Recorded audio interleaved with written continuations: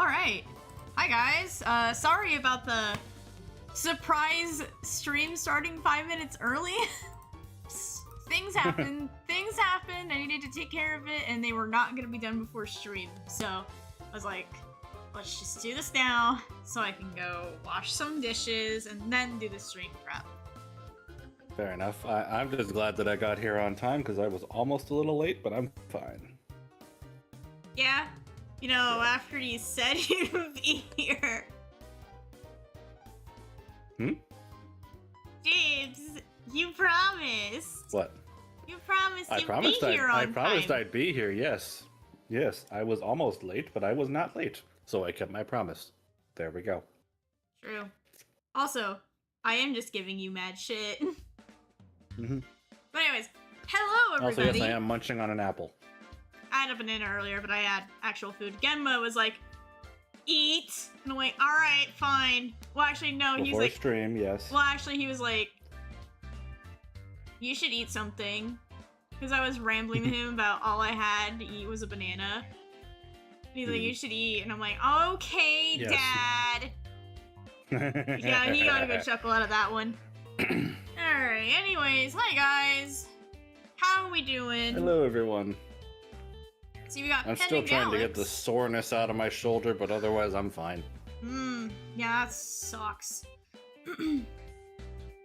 I have a few small things I'd like to share with you guys. Oh, is one of them a kitty?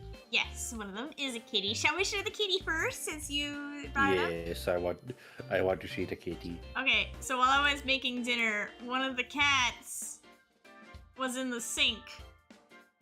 And he was looking at me. No dishes for you. He was looking at me with these very cute eyes. Emma's ghost is looking out for you. He always looks out for me. He always looks out for me. He's a good friend. But yeah, this is not Six. This is not Six. This is Fitzy. This is Six's brother. Fitzy's very obsessed with faucets. Has Fitzy ever turned on the water and been surprised by it? No, we've turned the water on him, and he just gets spooked and runs out. Has Fitzy ever had a bath? I hope so. He is stinky. He needs a bath. They're both And stinky. yes, cats do need baths. Yes, they do. For those who didn't know. Yes, they do. But yeah, if you guys were wondering what Six was doing the whole time, while I was making dinner on the stove, he was just rubbing my legs. You know, very much. They want attention. Yeah, but I was cooking dinner. If he knows that you're making food, then that means it must also be food for him. I don't think he'd want a pesto pasta with cherry tomatoes. I think there's a lot of things in that cats can't eat. I will say, as somebody who has cooked and frequently eaten around cats, they just want you to offer them food, whether or not they take it. Whether or not you should is another question, but they just want you to. They just want to be involved. That's it. They just want to be involved, and they want to have dinner. Yeah. That's what it is. Because the reason why cats are their adorable selves to humans is because they know that humans are the source of food. Unless they're feral. That's unless they're feral, yeah. Yeah. Alright, that's a small kitty time for you guys. Alright, we got two more things I'd like to show off. Kindness testing. Alright, I got two more things I'd like to show you guys. Pen actually mentioned this in chat, so I'll bring it up here. So, Pen actually did a new piece of fan art. Oh, alright. Yeah, I haven't seen this. He did a new piece of fan art, to kind of coincide with our, thing we're doing today. So, here it is. Yeah, Pokemon discussion. He made a Pokemon based on CL. And I would ask what a type would be, and I think it's pretty obvious, Rock Dragon. Yeah. So, he actually did, like, a whole, like, Pokedex description thing for it, if you'd like me to read it. Oh, that's cute. That's cute. Yeah, sure. What's the description? Okay, so he said, to get us all excited for the Pokemon discussion, I went out to the wilds not only to touch grass, but to discover a new Pokemon. Behold, a tiny rock and dragon type. Come on, wasn't that obvious, guys? So obvious. This Pokemon has floppy scales all over its body where it hides tiny crystals or rocks they find interesting. They've also been seen gathering together near areas where meteorites have landed. It is theorized that the chunk of meteorite they carry is tied to their evolution. They have an intense rivalry with the Clefairy line of Pokemon. And he said the name is still in the works. That's adorable. I love that. And then I asked him, like, ooh, this is a super... I told him it was cool. It was like, hey, I'm interested to see an evolution. And I asked him, do you think it's a pseudo-legendary? He's like, possibly. I have to keep studying it.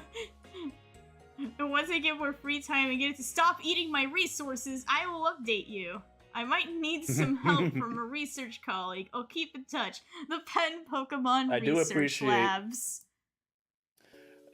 I do appreciate the update that the Penn Pokemon Research Lab has given us in chat today. Yes, the Penn Research Lab is proud to announce the evolution of our discovered Pokemon. We look forward to showing it off at a later date. Oh boy, I'm excited. Awesome. Yeah. Yeah, as always. Keep up the good work, Penn. Yeah, of course. And as always, guys, I appreciate fan art. If you guys want to make art of, like, say, me or James or something else, in relation to, like, what we're doing on streams, you are more than welcome to. I'd love to see some stuff for Kingdom Hearts, because, I mean, that series has been pretty wild so far, not gonna lie. We've had some interesting things happen. Yeah, as and always. Hey, just like the rock type Pokemon she is, Sayal does not enjoy the water area of Kingdom Hearts. That's funny. All right, as always, thank you so much, Penn. Yeah. All right. Yeah, you go all in on Pokemon. Kingdom Hearts is next. All right, you do cool. Great work. Cool. I'm looking forward to it, dude. I'm looking forward to it. All right, we got one more small thing to show off, and then we'll get into our general discussion for today. So you guys might have noticed this on the channel page and in the chat, because I've been talking a little bit in chat before stream, but I have a new profile picture. Yeah. And this is what it is. Whoops, I did not mean to do that. Whoops. Yeah. I did not mean to accidentally, like, click the, no C. But yeah, there is the new profile picture, guys. This was created by I think it's Dominium, I think is how you pronounce it. But I commissioned him for this. It's really good. I really like his stuff. Yeah. Go check his stuff out. He's done art for other content creators. He's worked with my friend Melody, who you guys have seen in chat sometimes. But he's also worked with Purple Rodri, if you guys remember that name. That's a relic. I do not know that name. He was Must have been before I came in. He was a Let's Player. Like old Let's Player. Okay, yeah, no, yeah, I don't like, know this person. Way before my time. But yeah, new profile picture. Is my profile picture on all my socials now. So, yeah. And for the channel. Yes, and for the channel. The only exception is VGen, because VGen prefers you have your own art as your profile picture. So. That makes sense. Yeah, because it's an artist platform. The olden days, yes. But yeah, I did make also an official announcement in the Discord server as well in regards to this. And it also has Purr's Twitter page linked on there, because he only has a Twitter page. He doesn't have a Blue Sky. So go check him out if you're interested. But once again, thank you so much. Days is Galax. Yeah. But once again, thank you so much for making this. Okay. Yeah. All right. Let's get into the meat of what we're talking about today. All right. Well, okay. We're gonna switch over to here, and we're gonna boot up a classic game. Yeah. I'm gonna play some Well, Pokemon Stadium for a little bit. There is something new to play. I don't know what is this new thing to play. It's not Pokemon Stadium. What the fuck are no. these? I'm trying to remember what ones were added recently. I think was Glover the most recent drop? I don't remember. I don't know. Okay, chat. Eh. We got Stadium 1 and Stadium 2. I will let chat pick which one we play. I don't know which ones are good, which ones are better. Okay.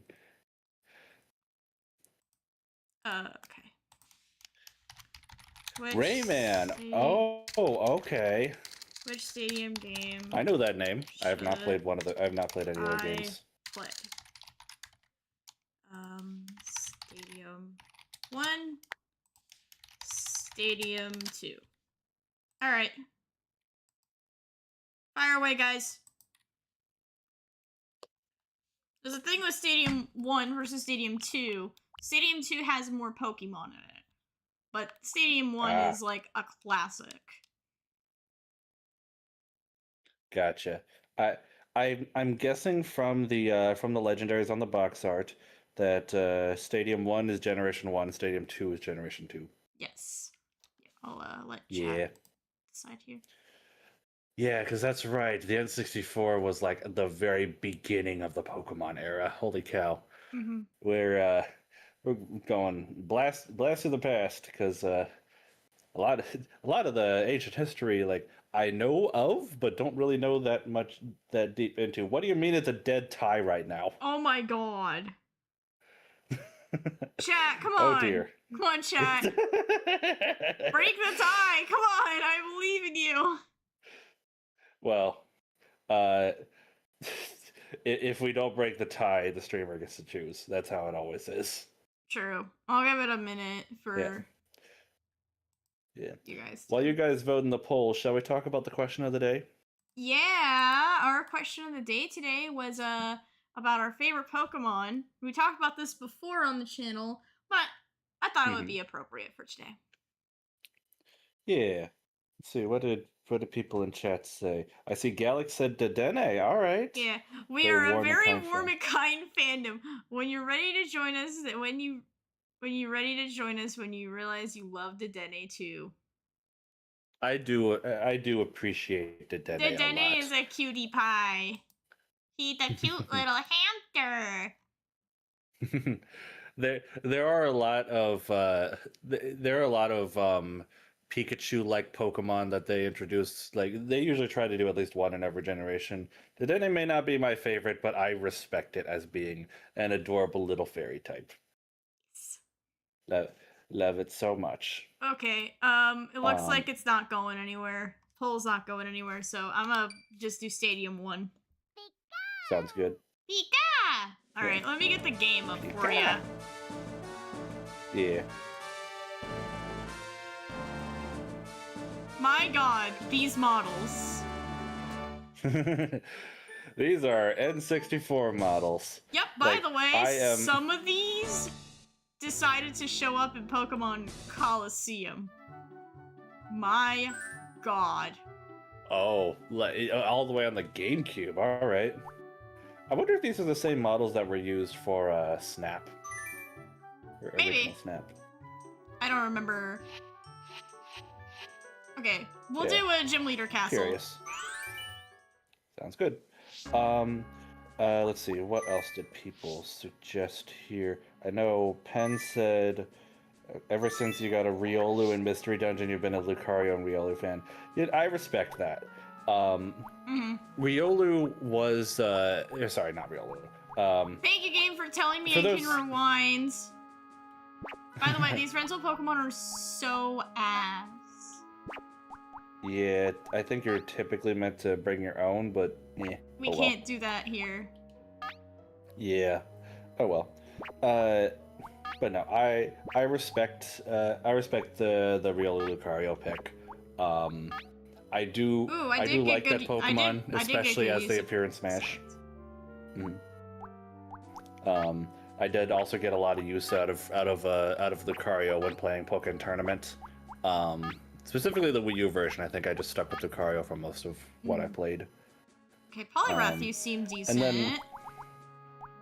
And then when the Switch version came out, they brought in Decidueye, which is talking about favorite Pokemon. Yeah, Rowlet, and then the whole lineup to Decidueye. Oh, yeah. That is one of my two favorites. The other being the Greninja line, because little history on my part. I wasn't really that into Pokemon for most of my life, but I knew it through Smash, and I thought a lot of the Smash characters were cool picks. So yeah, I would agree. I respect the pick. How about you, C? What is your favorite Pokemon? I got a few that I kind of alternate between, but my my two goats that I always will say are like my favorites are usually Porygon Z and Cresselia. Okay. I understand the Cresselia pick. I wasn't expecting Porygon. I love Porygon. To be honest, or Porygon Z. Yeah. The little strange computer program. Yes. Hey, look, but I he's do here. understand Cresselia. That does make sense. Yeah, I have look! It's regular Porygon. Yeah, Porygon. I have a sticker of him, so. My God. Fair enough. You're horrible. Back to the past, where fairy types didn't exist and everyone didn't point out the painted buildings. Oh, jeez. Oh my God. We'll get into that discussion eventually. Okay. Dragonair. Yeah, let's get into. Yeah. I need to pick one more Pokemon. While you choose your final Pokemon, let's get into our topics today. We are. Like usual, we've prepared a list of discussion topics.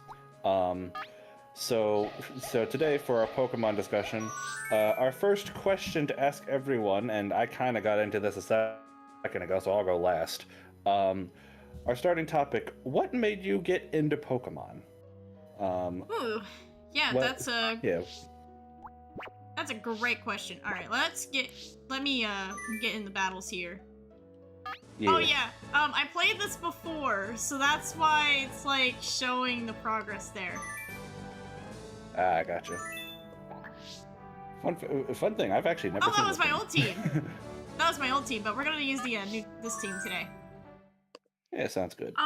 What made me get into Pokemon? That's a great question. So I've been exposed to Pokemon pretty much my entire life because I've had older cousins that grew up during the that era. Oh my God. Okay.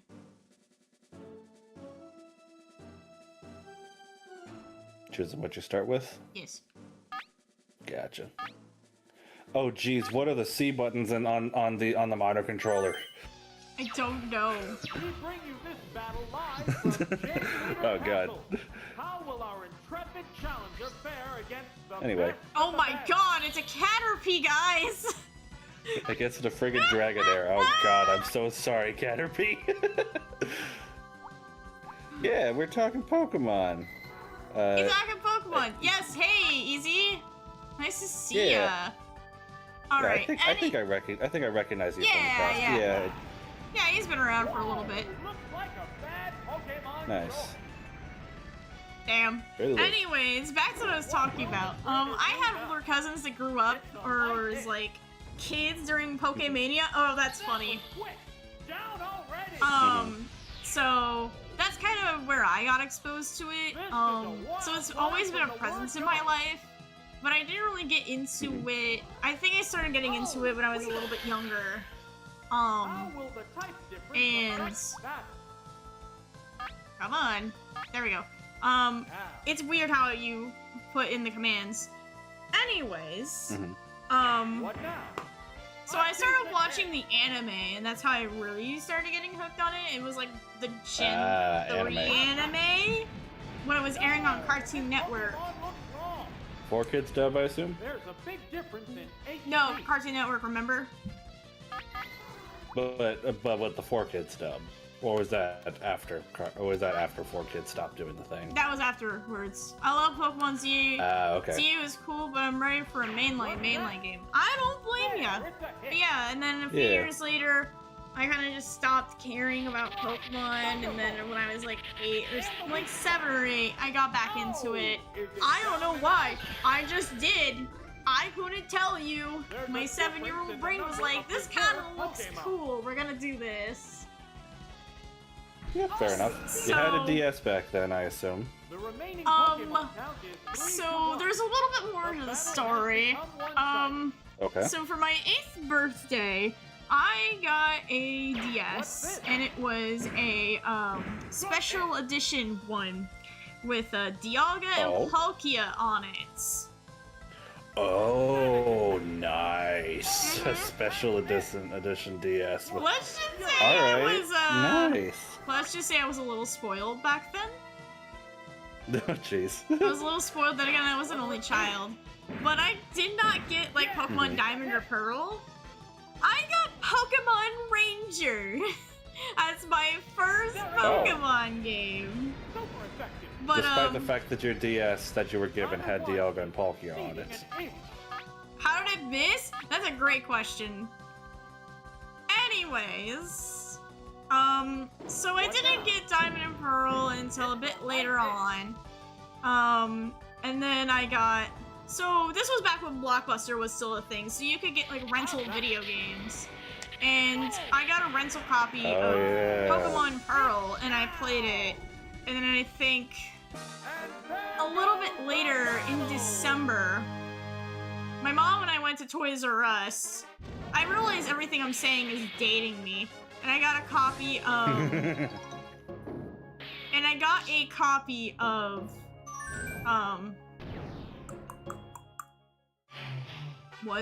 It was Pokemon Diamond I got. But also next battle, so I couldn't pay attention.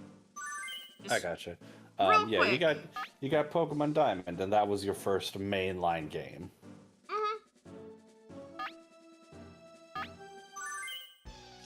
You wanted to say something? I don't remember. Real quick. But it was all history from there. Yeah. And I've met so many people because of Pokemon, and Pokemon is the series that you know, put me where I am today. Pokemon is the reason why I'm sitting here right now at my computer desk playing Pokemon Stadium for you guys when we talk about Pokemon. This series made me a gamer. I see. So, would you say that Diamond specifically was the game that sold you on video games as a whole? Or would you give that to a different game? It would be between this and Pokemon, not Pokemon, Kirby Superstar Ultra, which I've played on stream. And you're a big Kirby fan, yeah. Oh yeah, like we've played like 1 or 2 Kirby games on stream. Those two games. What now? Yeah, so you're saying those two games were like of equal importance to convince you to play video games. Yeah, I understand. I understand that feeling. I've gone on record saying that Mario Galaxy was that game for me. Oh yeah. The game that sold me on other video games. There's not really any other games in contention for that. It's pretty clear for me. But yeah, good to know that origin of that origin. Yeah. Yeah. As for me, I've kind of gone into this before. But unlike C, I was not somebody who was into Pokemon as a kid. I saw the advertisements all around, because I did watch Cartoon Network a bunch, so I saw the ads for the anime and the movies and even the games on there. There was marketing for it everywhere. I just kind of felt like, I don't want to say that I was a hipster as a kid, but I just kind of felt like, I just kind of felt like it didn't Why quite, am I getting the mental image now of James with like the super thick hipster glasses, his hair done a certain way, and wearing a flannel, like that kind of hipster? I did actually wear glasses as a kid, but not those kinds. Did you? Okay, I was gonna say, don't tell me you wore those kinds. Then again, I'd be like, I did too. I was very obsessed with those super thick frames, and I still kind of am. I like the vibe for them, but I wear more like clear frames now. The kid who And I bullied wear me for contacts now. liking Pokemon? What? One still raring to go. So- The opponent appears So beaten. here's my thing. Okay, well, I'm not surprised that happened, Galax. I'm so sorry that happened. Yeah, it happened to me It's- too. Yeah. No, here's the thing. I had friends who were into Pokemon. Like I can think of two right now. Obviously, I'm not gonna name them because privacy reasons. But I had two friends growing up who were very into Pokemon. But I feel like it was I don't want to sound like this is a bad thing. To be clear, this is not what I'm about to say is not a bad thing. But I feel like their enthusiasm for the series kind of turned me off of the games. I'm like, Yeah. I don't get blame you, you. I get you, but you all right, buddy? That kind of thing. Oh my god, so- jeez. What is this evasion? Anyways, I don't blame you. I'm gonna like sidestep and also kind of just say I don't like how I get people really want others to play something they like, because I mean, to be honest with you, I was a little like that with Trails with you, and I feel kind of bad. But hey, Well, you the wanna know, difference was like, I went out and did research for myself. I didn't think to do that as a kid. true, you were a child back then. But it's still like, I don't like that mentality of people just being like, no, you have to do, you gotta play this, and it's like, Yeah. it just makes me disencouraged. Yeah.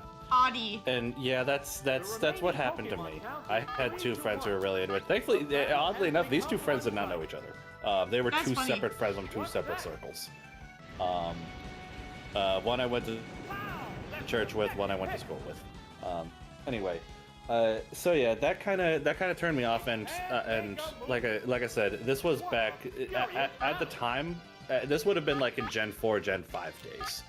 Because I remember seeing marketing for Diamond, Pearl, Platinum, Heart Gold, Soul yeah. Silver, all the Gen 4 games, and probably some of the Gen 5 games too. I just distinctly remember the Gen 4 marketing because I watched Cartoon Network and it was on all the commercials. But I didn't ever get into Pokemon until when I was in high school. When my friend Nomad, who's been on the channel before, he gave me a copy of Pokemon X for free.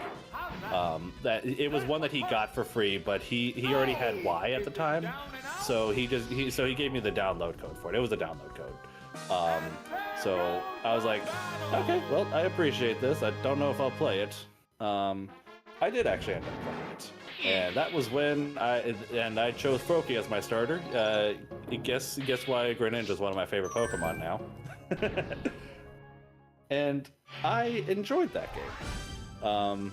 It wasn't until I played Omega Ruby that I would have actually called myself a Pokemon fan, though. And that itself was like late high school. So yeah, I got in the 3DS era. That's definitely an interesting time to get into Pokemon, yeah. especially since I was a high schooler approaching college age at that time. Yeah, no, it never appealed to me as a kid, but I got into it. I got into it later on. Yeah. Yeah. I do want to just, again, sidestep. Easy said that Trails is pretty cool. I'm currently in Zero. Zero is a really fun game. I really like it. Hope you're enjoying it, man. Yeah. Alright. Yeah. Yeah. Shall we move on each to of our our next origins. question? Yeah. Our next topic of discussion, and again, guys, if you have your own answers to these questions, feel free to put them in chat. I think it'll be very interesting to discuss them. But yeah, our next topic of discussion: what is our favorite Pokemon game? This can be mainline or spin-off. See, why don't you go first? Ooh, that's a great question. I would honestly say Pokemon, Black and White 2. Okay. All right. and why is that the case? I mean, we can talk more about it later, but We'll talk more about Pokemon Black and White 2 later. I The flow of battle? let me make my command here. Just the amount of content there was in that game for sure. The music. It was just something I had never. It was just an amazing experience the whole way through. It opted to slowly It was really fun. okay. What a furious battle. It sounds like the story had something to do with that as well, but also like what all's there. It's interesting, and There's we'll just so talk more much. about it when There's so much stuff to do in that game. Wow, that's yeah, we'll talk more about it when we talk about the Gen 5 games specifically. But like, because I don't have any metric for the Gen 5 games, I've never played them, nor have I really seen any content around them. I will just have to take your word for it. The remaining And that's Pokemon okay. count is Yeah. 3-1. Yeah. The battle has Out of become curiosity, one-sided. do you have any favorite spin-off games? Any ones that kind of stand out to you? Favorite It's okay if not. favorite Pokemon spin-off game, Pokemon Mystery Dungeon Explores the Sky. Wow, take it down with Okay, one yep, that is entirely fair. Unlike Black and White 2, I actually have seen the entirety of that game. Oh yeah. And holy shit, I understand. You I understand. completely understand I love why it. people like that game so I much. gotta say, Mystery Dungeon Explores the Sky. I love being able to play as a Pokemon and going on an adventure. Oh yeah, without a doubt. Oh my god, it's time to fight Brock, guys. I'm so scared. It's Brock. He wields rock types and a Vulpix for whatever reason. Anime, probably. Oh yeah. Yeah, Mystery Dungeon. I have not played that game myself, but I've seen full playthroughs of it, and I understand why people like it so much. I completely understand. Oh yeah. The next battle is against Computer Gym Yeah. leader Brock. How will the And challenger yeah, I battle understand why you like it so Brock much too, Pen. Mm. As for me, I'm actually right alongside Easy. My favorite Pokemon games are Sun and Moon. Vanilla Sun and Moon specifically. And it's mostly due to the story, but also because I really like the theming of that generation. And, you know what, I'm curious, Easy, what do you gotta say? Sun and Moon has the chill vacation vibes, introduced my favorite characters, Lily and Lusamine, regional variants, the Ultra Beast, love the music and the slight shake-up of the Gem Challenge mechanic. Oh, it's Troublesome. I think love it. I think Yeah. it got cut off. He's probably typing more. Pokemon count Okay, yeah, but I agree with everything you've said so far. Oh, yeah. The atmosphere, like you described it as vacation vibes. It's not only just that, because yeah, it definitely appeals to the vacation vibes, but it also. Oh, hi, Fly Guy. Good Hey, to see you Fly again. Guy. Welcome to But stream. yeah, it. I'm beating yeah, the shit just- out of Brock. furious battle. Yeah, ignore this poor Kabuto, which is about to drown. Actually, I'm putting him into submission. Submission Oh, never mind. That works too. Oh, never mind. Oh, the attack I need to like not open my mouth. powerful. Aw. Anyway, but yeah, I do enjoy Sun and we Moon try and its again. atmosphere. It captures not only the vacation setting, but just on! living on the islands. Perfect. What do you mean it missed? Okay, it captures it perfectly. Ah. Oh well. Is it down and out? Or Poliwrath. I'd rather What will deserve the next this. Pokemon be? Mimikyu is one of your favorites as well. Oh yeah, baby, I love Mimikyu. I love Mimikyu. Mimikyu's adorable. Oh, it's Parasect. Probably my favorite. Would they call it a Pikachu clone? Like, one of those Pikachu-like Pokemon, because you know it's Yes supposed and to no, be. because Togedemaru also exists in the same generation. Yeah, that's what I was. That's what Why I was thinking no too. Blizzard? Oh dear. Like a bad Pokemon Oh. choice. Eh. Wow. Oh well, we get to heal off of this. But yeah, Sun and Moon, those are my favorites. As for spin-offs, oh, I gotta think. What spin-offs have I even played? Do I just say Yeah. Pokken because I actually spent a decent amount of time in that? My favorite Pokemon is Esper, Mischievous, and Mawile. I really like Esper. The remaining Pokemon. Yeah. just Oh wish yeah. he- Okay, it's answering a question of the day. Yeah. The 10th battle continues. I just wish like he wouldn't be like staring into my soul so much. Vigorous Hit the target. I like Mawwell's Mega Evolution. I think it's Oh funny. yeah, we'll talk about Mega Evolutions here in a little The bit. intense battle Yeah. continues. I'm just gonna say Pokken for my favorite spin-off, because I did spend a decent amount of time playing that game. Fantastic. The move. Okay. It was an I, interesting take on. It was an interesting fighting game for me. That I Yeah, played it caught like my attention for a bit, that's very little Pokken, and to be honest with you, just didn't like it, didn't care for it. yeah, that's fair. You don't strike me as a fighting game type person, and that's okay. Yeah, Not I'm everybody not big has to on be. fighting games. I know some people who are, and more power to them. How's that? Smack the weak spot. Yeah. Nice. Maybe I'll think of one that I spent more time with at some other point, but that's really it. I'm trying to think of other Pokemon spin-off games I've played. The only ones that are coming to mind are just that and the Picross game that's on the 3DS. Hmm. And like nothing against Picross, but like Pokemon Tournament was Do really we consider the satisfying. Legends games spin-offs? That's what Easy asked. I consider them Ooh, mainline. interesting question. I consider those Yeah, mainline. I would call them mainline. Yes. I would call those mainline. Okay. Yeah, I agree. Give me one moment. I'm gonna go use the restroom. Keep yapping a Yeah, bit. no I know problem. the next topic is mostly me talking, but I'll get back to it. Yeah. Hang out, Yeah, guys. I guess. Fly Guy I'll be says. back. Yeah. Yeah. Fly Guy says spin-offs easily the two genius sonority games. I'm gonna pretend I pronounced that correct, but I know what you're talking about. Coliseum and Gale of Darkness. Have not played those games, but I do hear very good things about them, and I know a little bit about what to expect in each of them. Because I've been given like summaries and stuff of the games. Apparently, those are in the list of games that are coming to GameCube Switch Online. So like, look forward to that when that happens.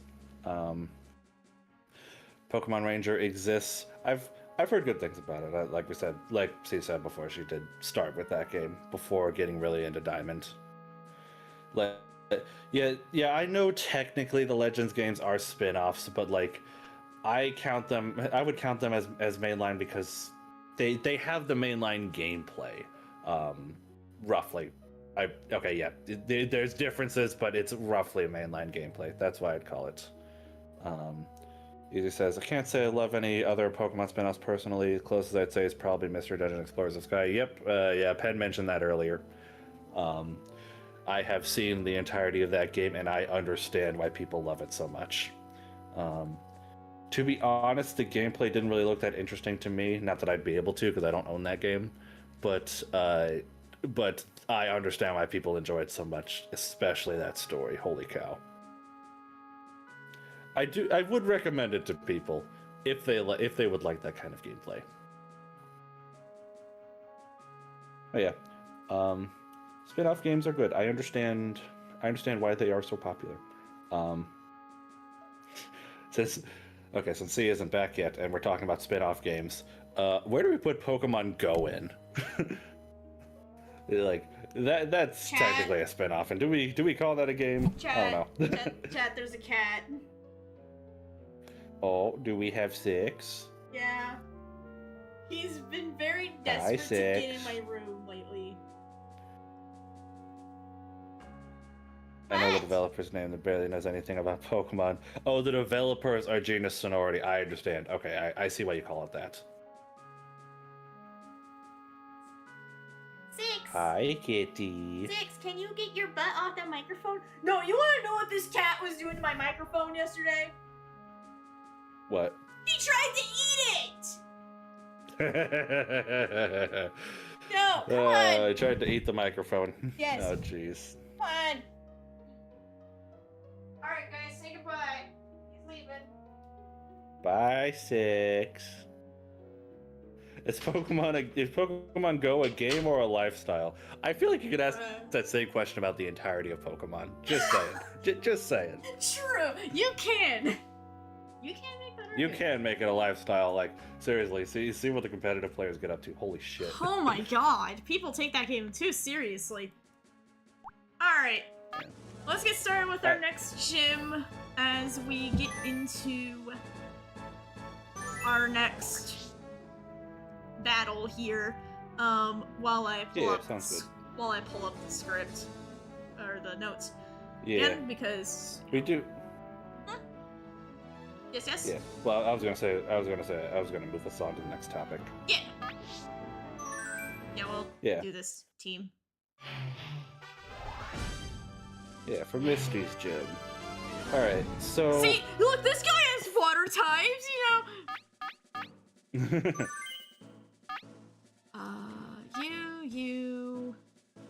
Dragonair. All right. What is our next topic? Yeah. So from here on, guys, we're gonna kind of talk about each generation of Pokemon that we've played, and just kind of give our memories and thoughts about them. And feel free to share your memories next... too as we go through these. Yeah. If you have any we're fun gonna stories, start. if you have any fun stories, feel free to share them. Yeah. We're gonna really start with Gen 4, but I guess before we start with Gen 4, do any of you guys have specific memories about Gens 1 through 3? Because I don't know about I don't know about you. I don't know about you, C, but aside from the remake games of those, I don't really have any experience I mean, with them. okay, How about you? I played Pokemon Emerald at one point in my life. I got it, so my friend let me borrow it, and this was kind of to generate hype, because the Hoenn remakes were coming out at the time. So it was like me, her, and another friend were playing Ruby, Sapphire, Emerald. I got Emerald. I was the lucky one, actually, out of the three of us. Because I got Emerald. I didn't finish it, though. But I would definitely love Pokemon Emerald. I would definitely love to see the GBA Pokemon games get to consoles sometime in the future. Yeah. Emulated Pokemon Emerald and Fire Red one too many times. I got you, Galax. Yeah, those are, to be honest, those are probably one of, if not, those are probably some of, if not the most popular emulated games, let's be honest here. Yeah. And then Penn says, I played the virtual console versions on the 3DS, fun but jank. Yeah, I assume it's I like think the it's Gen Gens 1s. 1 and 2. Yeah, Gen 1 and 2 were both on 3DS. Was it like the Pokemon original. Sense Crystal? Oh my god. Oh, damn. That, jeez, when did Crystal release? 2001, I think? Hold on, we're checking. We're gonna... Oh boy. My god, you just dated us. I'm curious fools. now, yeah. I mean, I was alive in 2001, but I wasn't old enough to play Okay, that's the video Japanese games. release date. I want the American one. It came out in North America, July 30th, 2001. Damn. My god. I was alive. I was alive, but I was an infant. I was a baby. What the hell is this team? Alright. That's a Jigglypuff. What are you doing in the water gym? I didn't have enough. Anyway, aside from dating all of us, thank you, Fly Guy. I'm dating myself here. I was born the same year Pokemon was born. So was my cousin. So was my cousin. So, no shame. No shame. You know, I'm fine. I'm fine revealing this information on stream. You sure? No, never mind. I'm not going to. No, sorry. Okay. I was gonna date myself as well, similarly to Easy, but because I have an even more specific connection to Pokemon, but I'm not going to. No, I'm not going to. That's for that's for mutuals only. Sorry, guys. Anyway. Like me. Just know. Yeah, we're old heads. Granted, it was 2006 when I first got Crystal. I was a wee lad back in the day. Okay. Okay, that's fair. That is entirely fair, Flag. I understand. Bless you times two. Thank you, Galax. I appreciate it. Yeah, This team might suck ass. I'm trying to remember. I'd have to pull out my 3DS as well. I did actually end up, when I found out that the 3DS Virtual Console was, well, when I found out that the eShop was going under, I went on a spree of purchasing a decent chunk of Virtual Console games. I don't remember if Crystal was on that list or not. It might have been. Anyway, let's get into our generational discussions properly. So the first one that we're really going to go in depth on is Generation 4, because that's where you started. Sue. Yes, I started. So what do you got to say about it? Oh my goodness, I have a lot of memories with Gen 4. So as you guys know, I started with Pokemon Diamond. And I know a lot of people say the game is slow. To be honest, as a kid, it didn't. Is that a shiny? No. Shinies didn't exist yet. But why is it purple? I don't know. That's a great question, though. But anyways, the slowness didn't bug me as much because, you know, I was a kid. You know. I played the game a lot growing up. Because at the time I was still going through daycare. And I brought my DS all the time, and a lot of people also had their DSs and their Pokemon games. So I had, like, a little group of friends that, I played Pokemon with a lot. And I think that's where my autism really came into effect. Actually, no, there was probably a time before that, but that was like, oh god. My parents were not happy that I was very obsessed with this. Oh, jeez. Hey, it was a great way to bond with your friends. That's a Kadabra. Yes. The remaining Pokemon count is 3-1. Anyway. The battle has become Yeah, But, yeah, I did a lot of that. I don't really talk to any of those people anymore. I hope they're doing well for themselves. But yeah, it was a great time. I did get Pokemon Platinum eventually. But I lost my original cartridge at some point when I was a kid. But I went to GameStop. I went to GameStop when I was older, and I got a different copy. So, hey. Okay, so you still have the game. I still have the game to some capacity, and I'll definitely say it as, you know, it's a good game. I would say if you want to experience classic Gen 4, play Platinum. Don't even bother with Diamond and Pearl. Yeah, that's what I've been told. Fun fact about me, I'm okay revealing this on stream. Even though I haven't played every generation, I do own at least one copy of every Pokemon generation game dating back to Emerald. And the copy of Gen 4 that I own is a Platinum copy. Nice. Yeah, so theoretically, if I wanted to go back and play them, I could. Yeah. And one cool thing I got to do with my friends. So one of my friends has a copy of a little game called Pokemon Battle Revolution. So I know that game. Yeah. Basically, it's Wii Pokemon Stadium.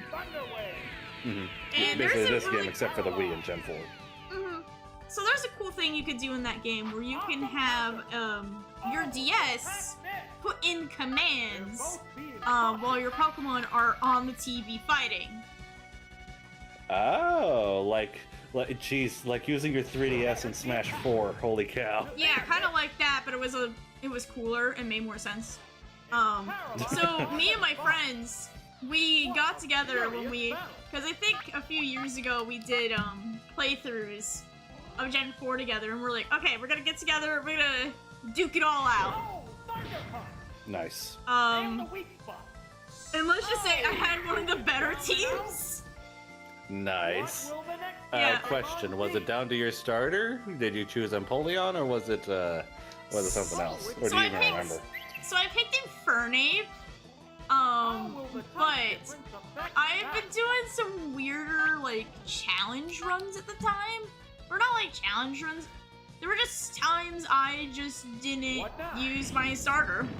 I was just like, I want to do a different team. Okay, fair enough.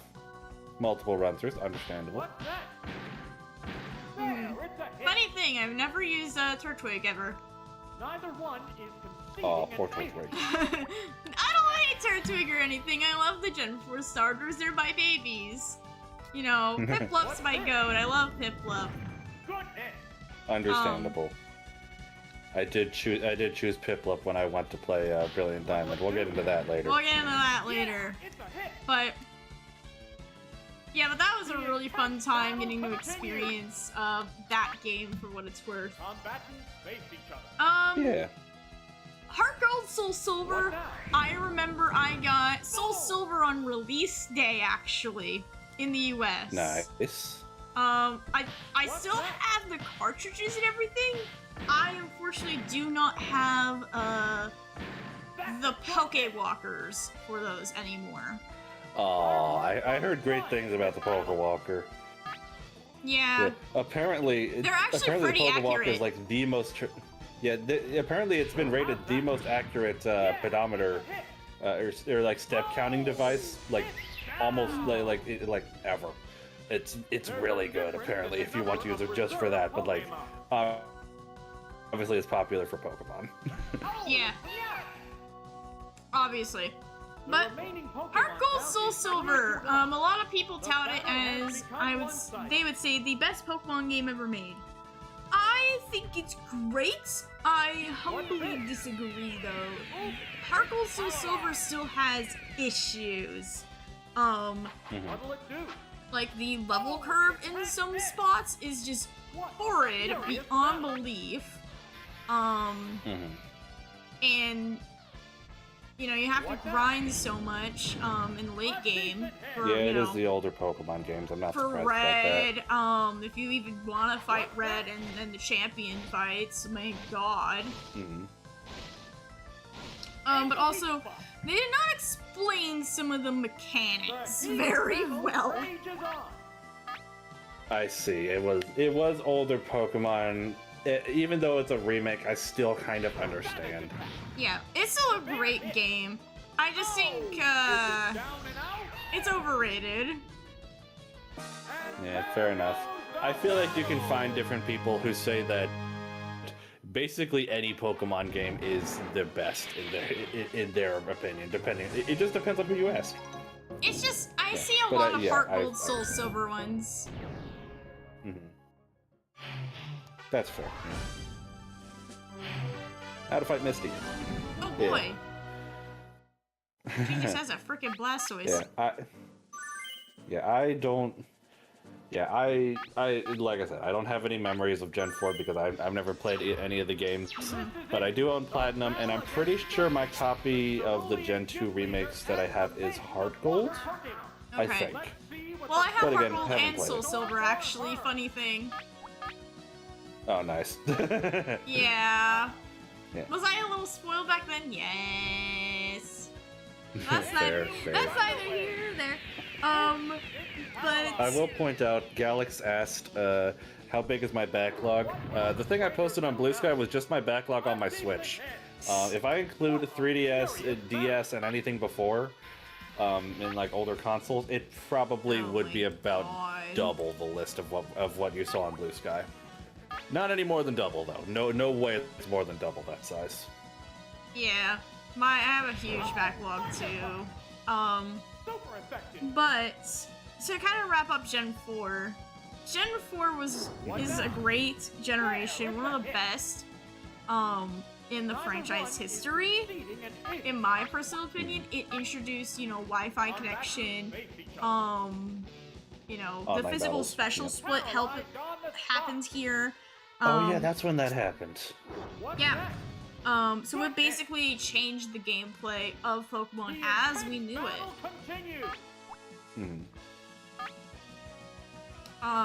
So yeah. Gen 4, love it to death. Okay, what are you doing? Watch out, alright. You don't see computer control trainers do that very often. What's this?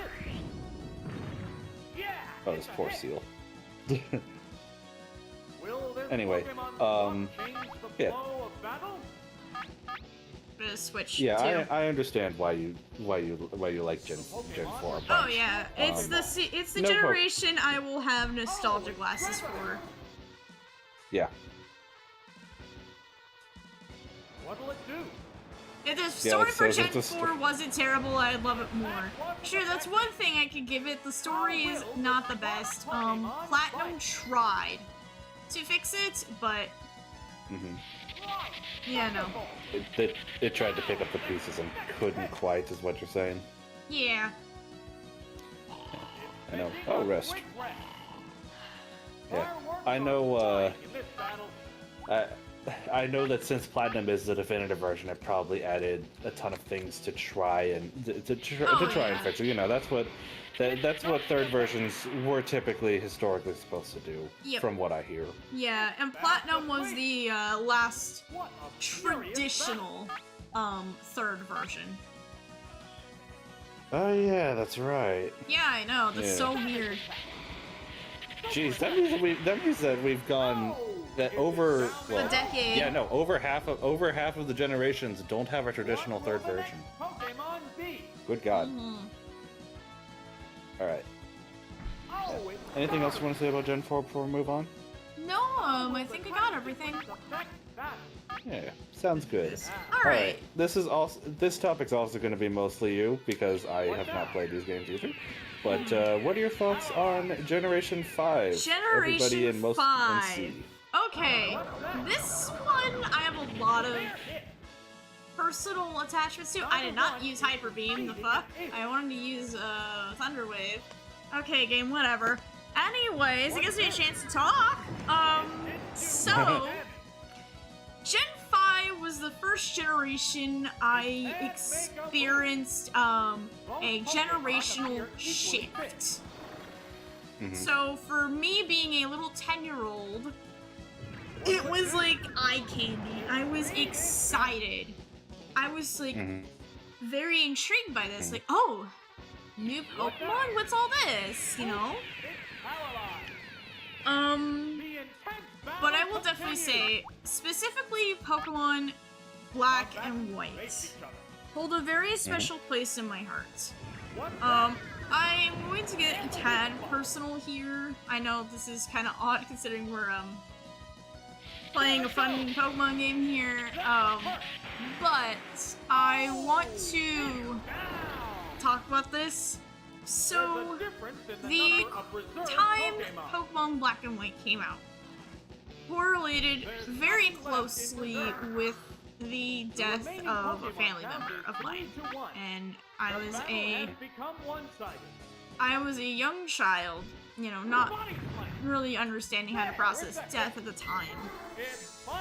So, Pokemon Black and White was my coping mechanism game. Parasites.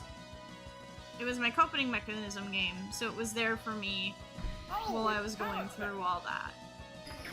I see. So that game holds a special place in my heart, and it made like all the more like emotional themes of that game hit harder, I think, in my personal opinion. Okay. Though I will say the anime sucked ass. It was so bad. It made me stop watching the Pokemon anime in general. Then again, at the time, I was also really getting into Sonic, so I was watching Sonic X more. That's fair. But we didn't. I didn't even think about putting the anime anywhere in the discussion, but I do have things I could say. But continue with what you're saying first. As we go to our next gym. What team do I want?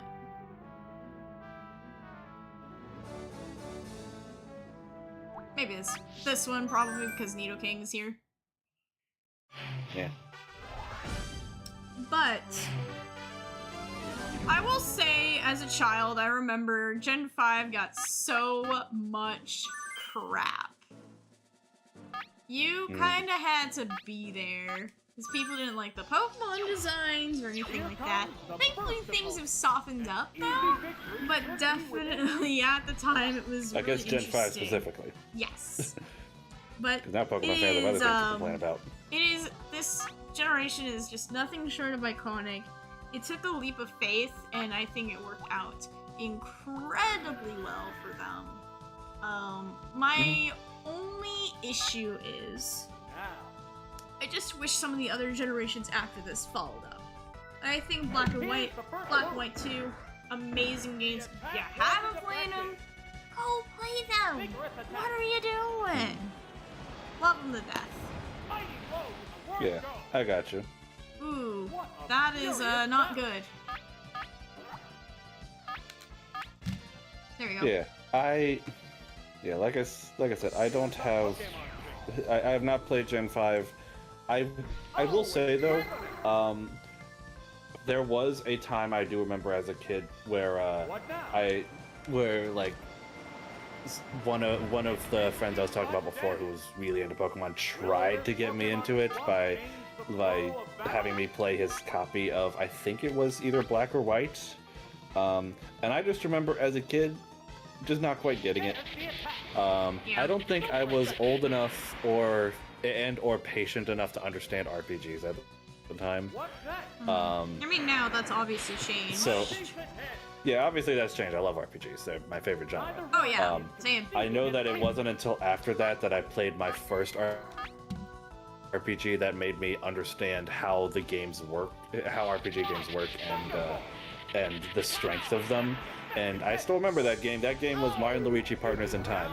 If any of you have played that game, sound off in there. I'm curious, but that's not the topic of today's discussion. Sometime in that era, I did get into RPGs, and thankfully, when I was given that copy of Pokemon X, I did enjoy it when that happened. Yeah. Seeing what everybody's saying here.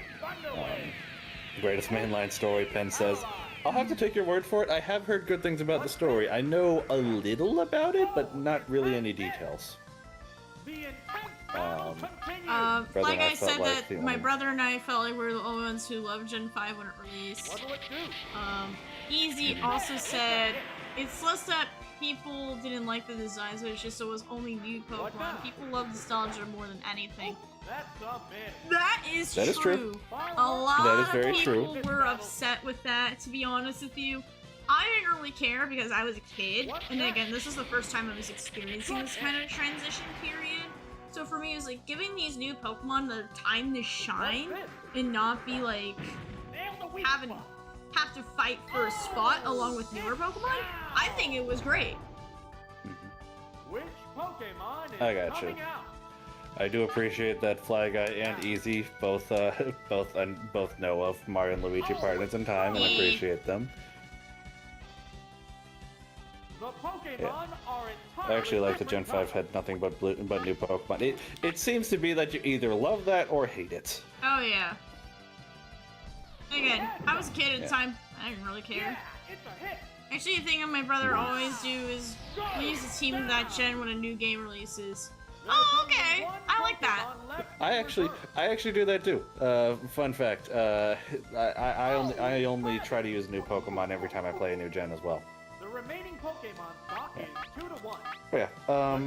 Anything else to say about Gen 5? Anything that it I don't want to say that brought to the table, but like it had it had its controversy. I mean, Pokemon's no stranger to controversy. Yeah, I love Black and White for being the reboot the series needed.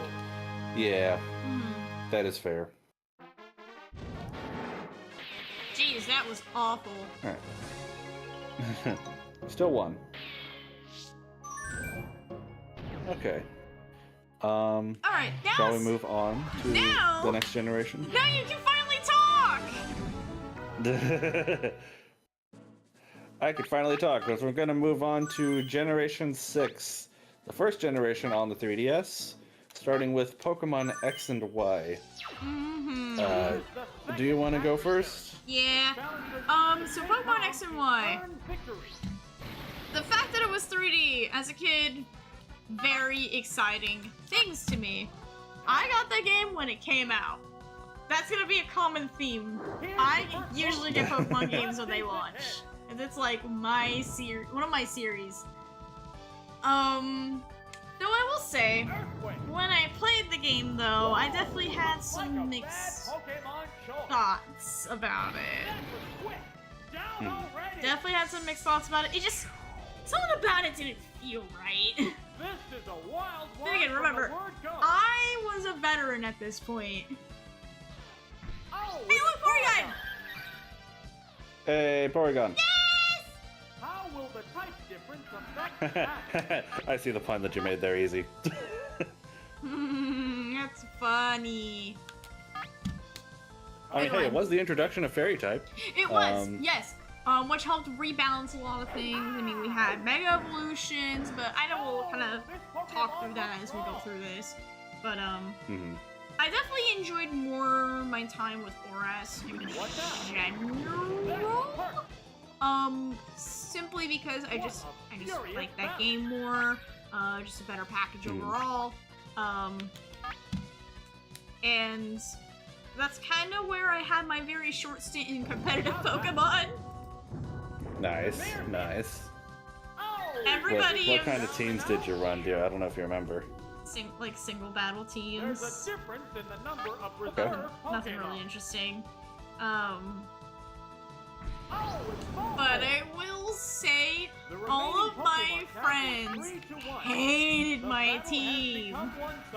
These are like, just because I knew how to, like, you know, make a good team, and they didn't yet.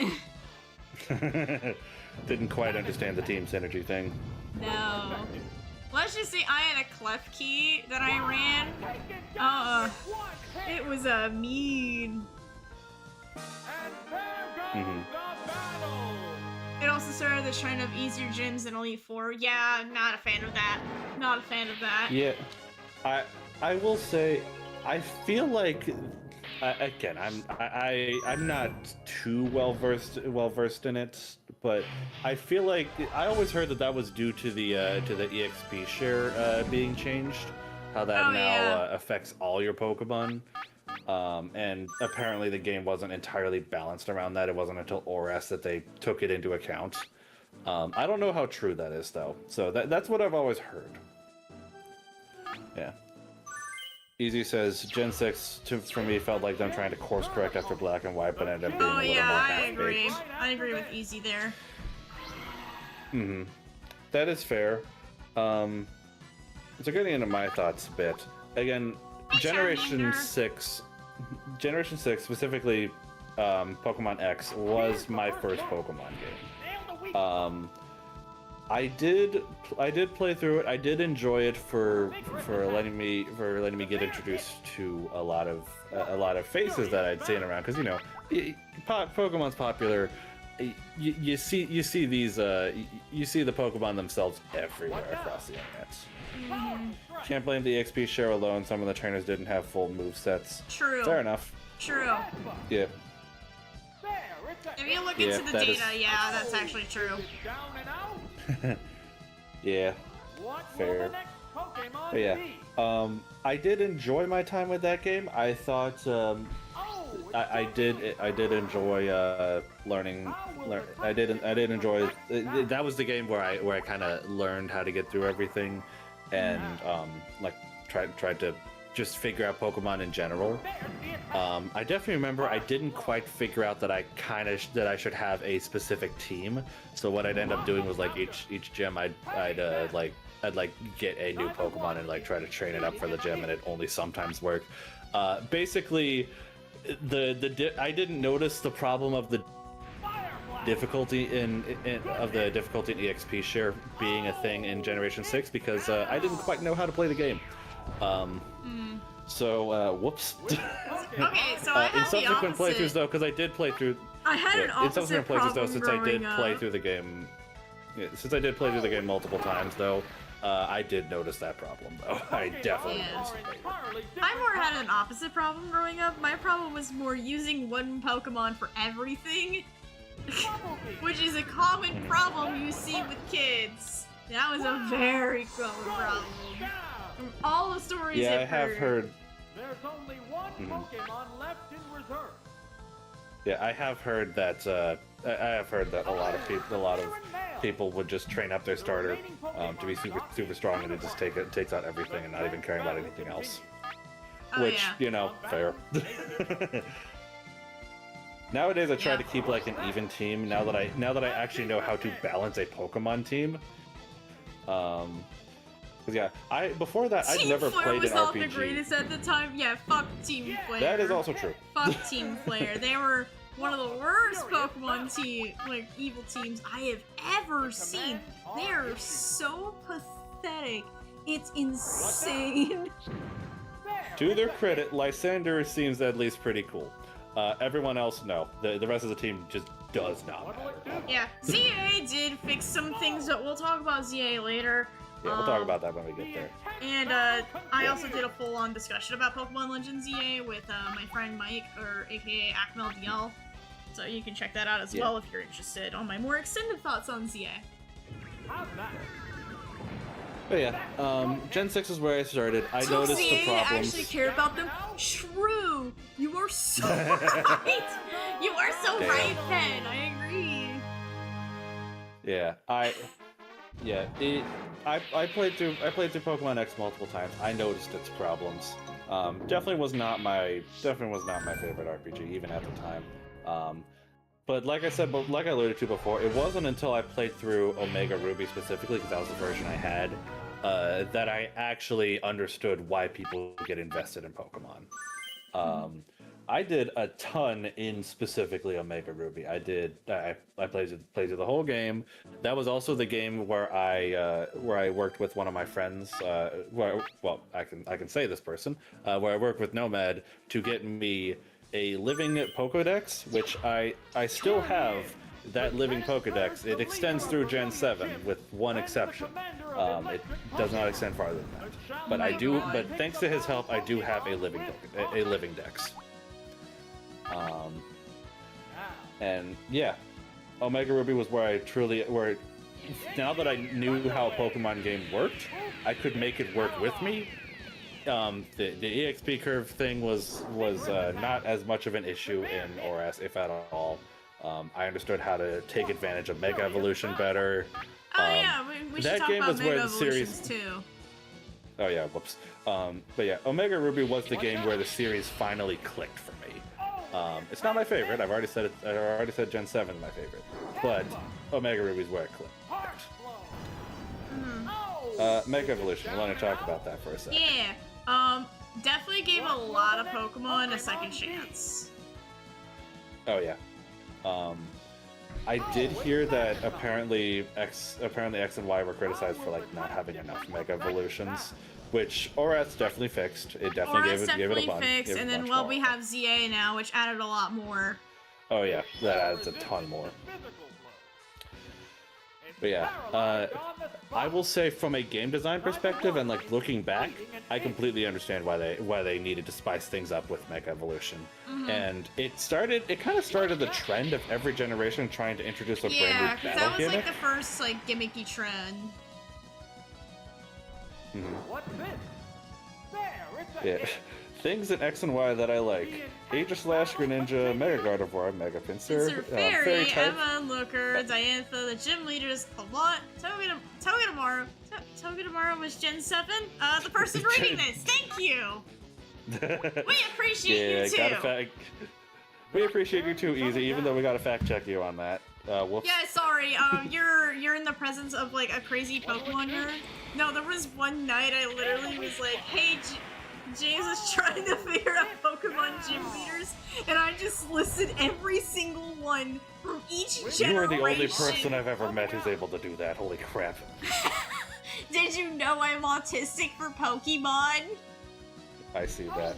Okay, we can forgive Good pick, you. Good pick. It's Hamster. Hamster. It includes the Rick memes. Anyway, yeah. Not really much else to say about Mega Evolution. I like that it spices up the battle system. Oh yeah. And gave some Pokemon that needed it another chance. There's too many Like, of those freaky friggin' electric Kangaskhan, what things. was Fireworks are flying this battle. This is true. Big Evolution was a great gimmick, Okay. but as the games had to leave it in the dust till recently, Dynamax is a lesser version of it. Well, Yeah. Gigantamax. Gigantamax. Going down. Yeah, It's we'll get more into weird. that as we get to each generation, but yeah, it did kick off the trend. I understand why it did, because it kind of did need a little shakeup. Oh Hi. hi, the Hi, person who gang. doesn't exist is here. 2-1. Hey, look, it's The the myth. battle continues. It's the mythical samurai that likes to show up sometimes. When are we getting a competitive Pokemon battle to resolve the disputes? Oh shit, it's a God, Pikachu. I am so out of practice with that stuff. But I know a guy. I know a guy. Easy makes a good point when Pokemon Champions comes out, yeah, because that's apparently going to be combining all the different generational gimmicks, so Oh that'll be my interesting. god, that's gonna be so wild. Yeah. Alright, anything left to say about Generation 6? The generation where I first got into Pokemon. No, but I beat up Lieutenant Surge. Nice. Good job. We're gonna take a small break and then we're gonna start the next gym challenge. Yeah, sounds good. Yeah, But I I'm know out of Gemma just showed up, but I know he's busy in the mines. Yeah, we'll take a quick break before we talk about Generation 7. Mm-hmm. Gen 7 and beyond, ladies and gents. So let's see what song is playing right now. Oh, it's Nana's theme from Gen 7. Perfect. So we'll see you guys back here in a few minutes. Ah, nice. Sounds good.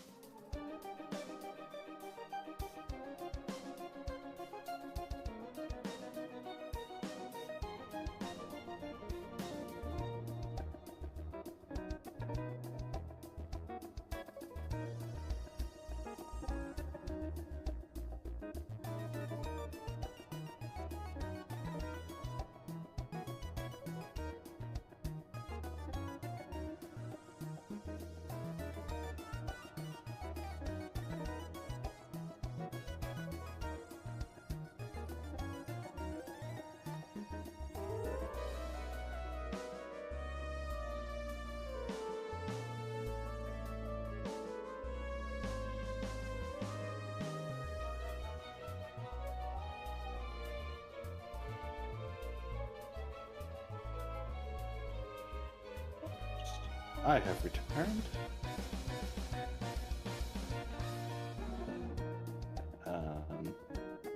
Z has not.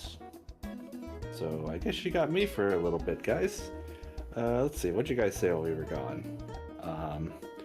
Like I said, Mega Evolution during its time was innovative and new. It wasn't until Z moves and Gigantamax it became a gimmick I'm for each sorry, new gen. you guys have Cat That is again. true. I'm not back yet, but you have Oh. Cat. So, President 6, what do you think about Generation 7 of Pokemon? I don't know if I can repeat that for the audience. That's a little too many swears. Huh. All right. Kitty. And about anything after that? Ooh, that bad, huh? Alright, I'll be right back. You guys enjoy Cat. 6, how dare you?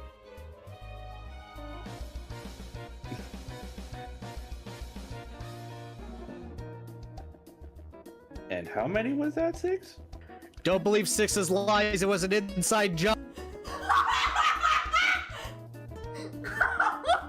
I just come back and I just fucking hear. Well, we know why Genma's missing.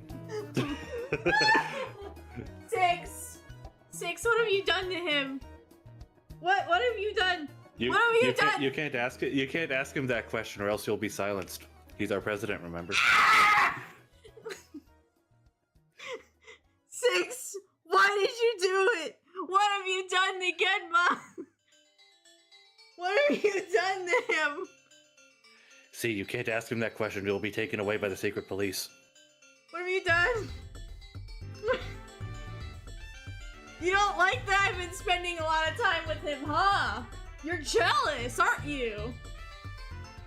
Can you say that louder for the people in the back? Meow? Okay, I got you. Can you get your claws off me? Oh, jeez. Little kitty, being a menace as per usual.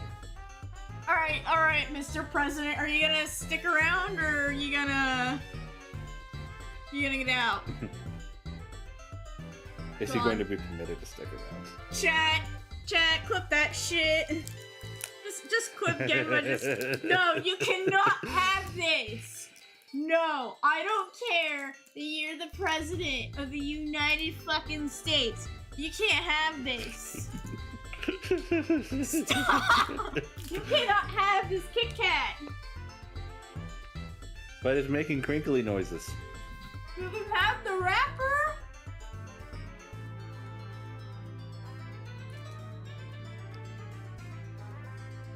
Sounds to me like when I decide to make fun of my cat for being so ridiculously fat. Damn. So what you're telling me, Fly Guy, is you have the real life Garfield living in your house. The only way we'll know for sure is if he hates Mondays. Can you get your tail out of my face? No, don't sit on my keyboard. Little kitty. Whoa, kitty. You gotta be careful. You're clumsy. Alright, come on, cat. No more.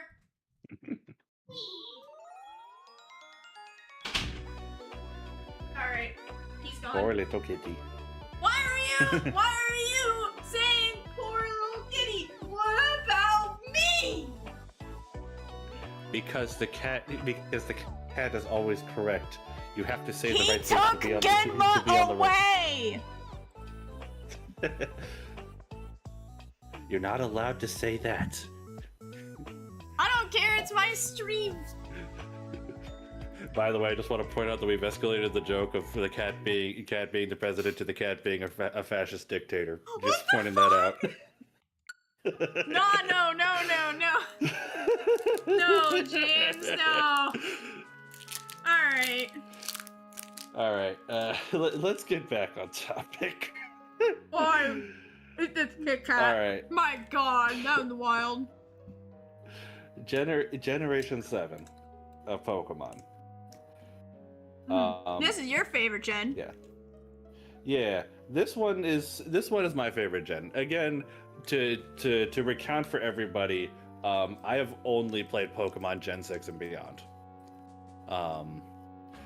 Any experience I have with prior gens are remakes. That's why I've played Gen 3, technically. Yeah. She knows if you try to start again, you get tossed into the gulag. No! Yanma! No!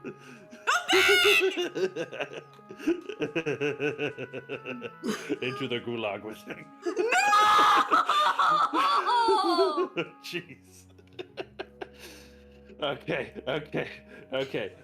Let's try to stay on topic. All right, Yanma, stop! Stop getting us off topic. Flag, I made another cut, but no. Okay. All right. Generation 7. All right. I understand what Flag is saying. Yeah, it started the hand holding thing, and to be honest, yeah, I see it. Yeah. I do see it. All right. I don't know if it was truncated in Generation 8. We'll get into thoughts on Generation 8 later. But I will say, for me, I thoroughly enjoyed every second of my playthrough of Pokemon Sun, because that's the version I had, with the exception of the tutorial area. Once you get past that tutorial school area, everything it's great for me. So first, Underman had an excellent story. Oh yeah, we'll get to that later. Yeah. For me, Generation 7 hit all the notes, and it definitely helps. I've mentioned this before, but I am part Pacific Islander in heritage. I am part Filipino, which I guess technically you still call that like Southeast Asia, but it's close enough. I feel a connection to Pokemon Generation 7. Oh my god, Because Easy is asking you a question. Looks like a bad Pokemon. What was the question?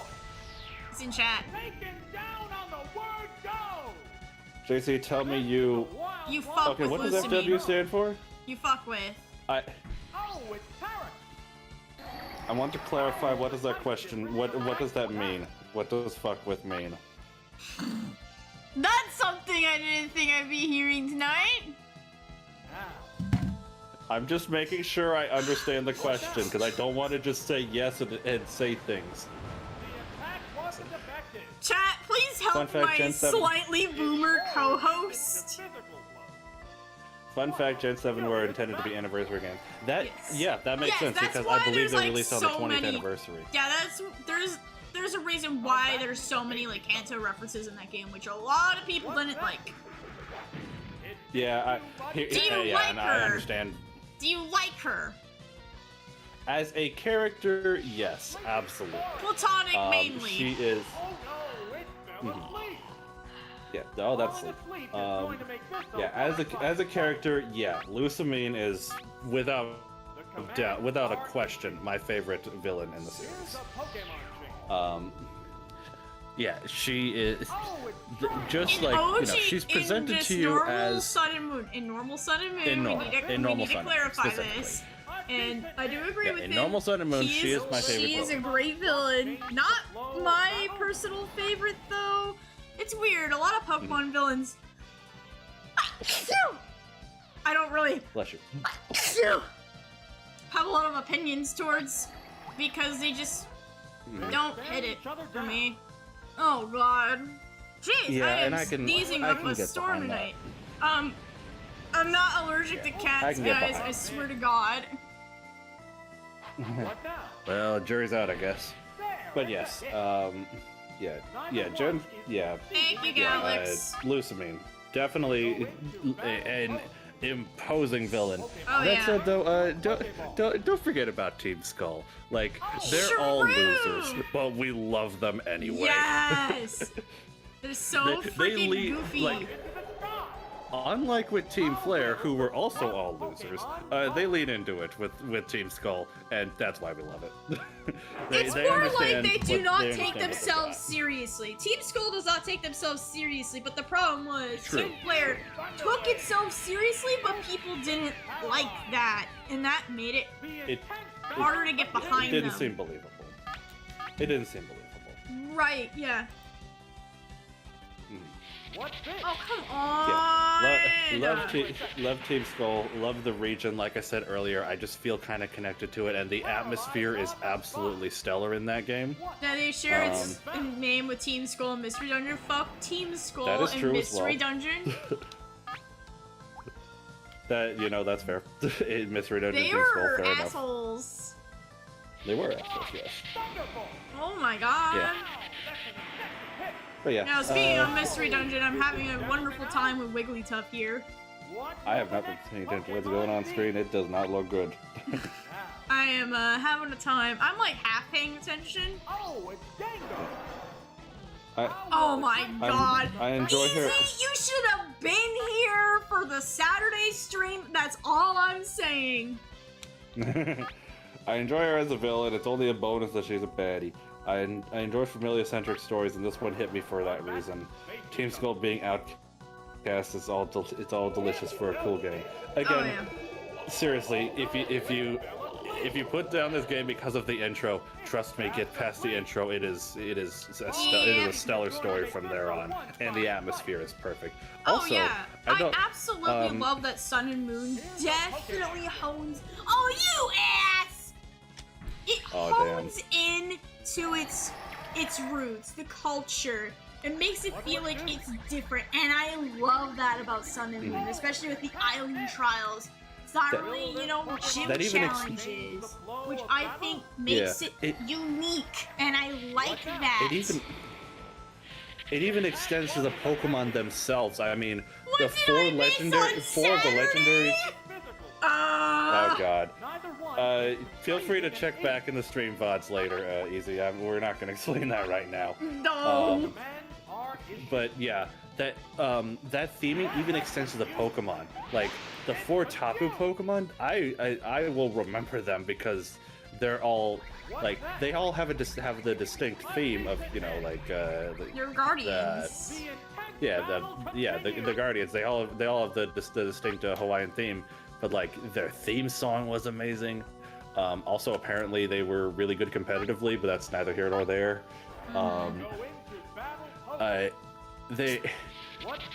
They match the tone of the game, which is great for them. Also saw Galea and Lunel. I know they're not really like a quite real in that tourist. theme, but they do still fit. Oh yeah, you do feel like a tourist, and you know what? That's a good feeling when you're in the region based on Hawaii. Whereas, Nothing left in reserve. what makes Gen 7 so special is that we get to see a region grow into a modern area, whether or not that's good or bad remains to be seen. True. And like we haven't even really talked about Z moves at all. Like, yeah, they were the generational gimmick. They're fine. I feel like with everything else that the generation has going for it, like It's like it small works for the potatoes. series. It works for the series, for that game, but it wasn't quite the heights that Mega Evolution was. That said, it definitely worked though. I'm glad that every Pokemon was able to use it and not just specific ones, because that definitely limited your Those teams in specific Gen 6. Pokemon had special Z moves. Oh yeah, specific ones did get special ones, and that's fair, but at least it was available to all Pokemon. Yeah. So yeah, I will forever tout Pokemon Sun as my favorite experience with Pokemon. Although it seems like if I was to play Gen 5, it might have a run for its money. We'll see. I may try that sometime. Yeah. And then as Pen very helpfully moved us to our next topic, Ultra Sun and Moon. Oh boy. I was excited Easy, you got it confused for again. it. I was excited for it at first. I but was too. Then we got them, and I'm just like, what the fuck is going on?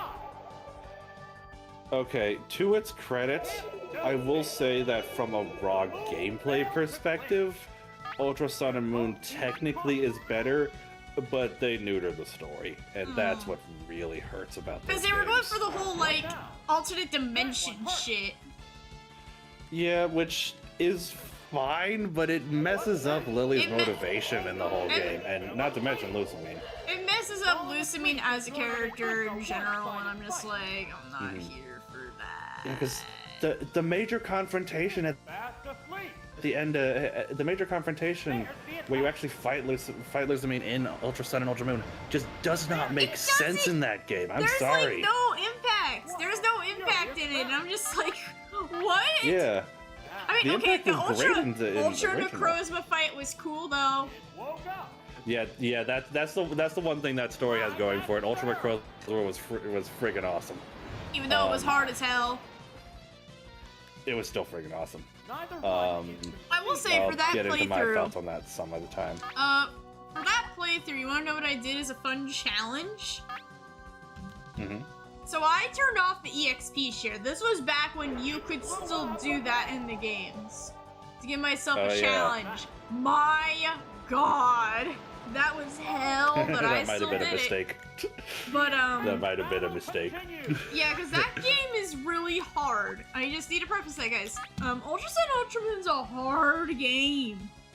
Oh yeah, I've been told that apparently the Ultra games, they are, according to many people, the hardest games in the series in Nuzlocke, if you do like doing that stuff.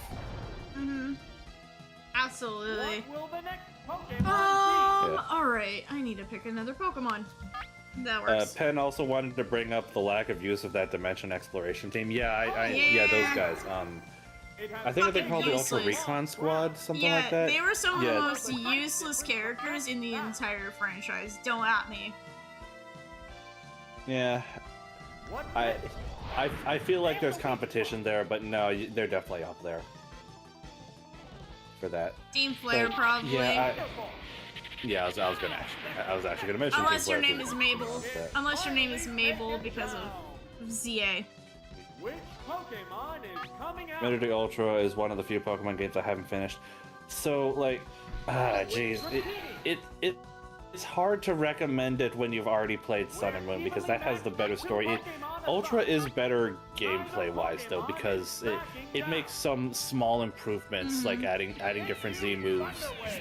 One of them in particular to me, giving you access to to some ice types that you didn't have access until literally Victory Road in Vanilla Sun and Moon. So that's nice. I remember I was trying to make a Brawler work on my first playthrough of Sun and Moon. To be honest with you, I kind of wish I did Ultra Sun instead of Ultra Moon. I picked Ultra Moon because I was like, well, I picked Moon. And I was like, I should have picked Ultra Sun. Give me something different, you know? Yeah. Oh well. Yeah, I actually did do the different thing. I got Sun and then Ultra Moon. I set up and executed a perfect 6-7 joke, but nobody noticed. God dang it! What is with you guys and all the 6-7 jokes? Let's make a move. What a furious battle. If we want another story from Gen 7 that I remember, this is not one of my finest moments. For a decent amount of time on my first playthrough of Sun, not only was I raising a Brawler, not aware that I couldn't evolve it until Victory Road, but I also was raising a male Salandit. Oops. For those who don't know, only the female Salandit get to evolve into Salazzle. I did not know that. Oops. I still had a great time though. Yeah, Salazzle's fun. Yeah, if I ever want to go back and replay an older Pokemon game that I've beaten, it would be Sun, though. That would be the game that I'd pick. Rainbow Rocker was cool. Okay, I'll give you that one. I did not understand the nostalgia, because I had not played earlier Pokemon games, but you know, it was a meaty post game. Unlike Vanilla Sun and Moon. Thoughts on you Gen had 7 some, marketing not cycle. much. Like how they would like Ooh, drip feed, okay, that's like an how they interesting would like drip feed us some content and stuff. I think what Galax is more referring to, and I kind of don't like it for this reason, they revealed literally every single Pokemon before the game released, including all evolutions. Which is why I knew that Crabrawler eventually evolves, but I wasn't able to get Crabominable until endgame. That was frustrating.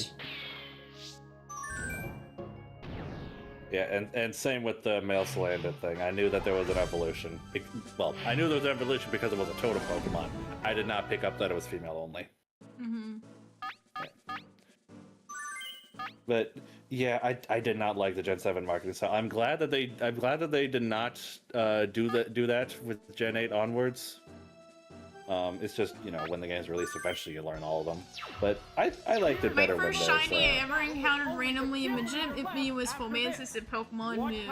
Oh, that's really cool. Nice. My first shiny was a shiny sock. Yeah, and you know, black and white. That was interesting because I didn't know, but I was like, I'm gonna still catch it anyways. I am glad I did not kill it. Nice. I'm trying to remember what my first shiny was. I know I encountered a shiny when I was just doing runs doing runs for legendaries in the Ultra Space minigame of Ultra Moon. Yeah, that's like a really good way to get shinies. Yeah. Apparently those Pokemon have a higher chance of being shiny. I didn't use that move, game. Oh my god! Sometimes it's like so sensitive with the control stick. Oh, that sucks. Yeah, I'm trying to remember what my first shiny was, and I don't think that was it. I think I had one before then, but I don't remember.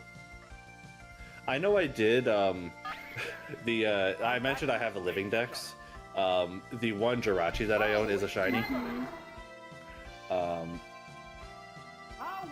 I don't have a vanilla Jirachi. That's the one. That's one of the few qualifiers on my living. Oh yeah, I can tell this story. My living dex extends through. Nice. My living dex does extend through Gen 7. With one exception, I never played Pokemon Go enough to get Meltan or Melmetal. That's the only exception. But otherwise, I have a living dex through Gen 7. So, Meltan, Melmetal is kind of a weird case because they're like an in-between generation Pokemon. They're both like... Yeah. I don't remember if they're counted as Gen 7 or Gen 8 though in the Pokedex. Somebody who has access to Pokemon Home would have to confirm that one way or another. Yeah, I don't have access right now.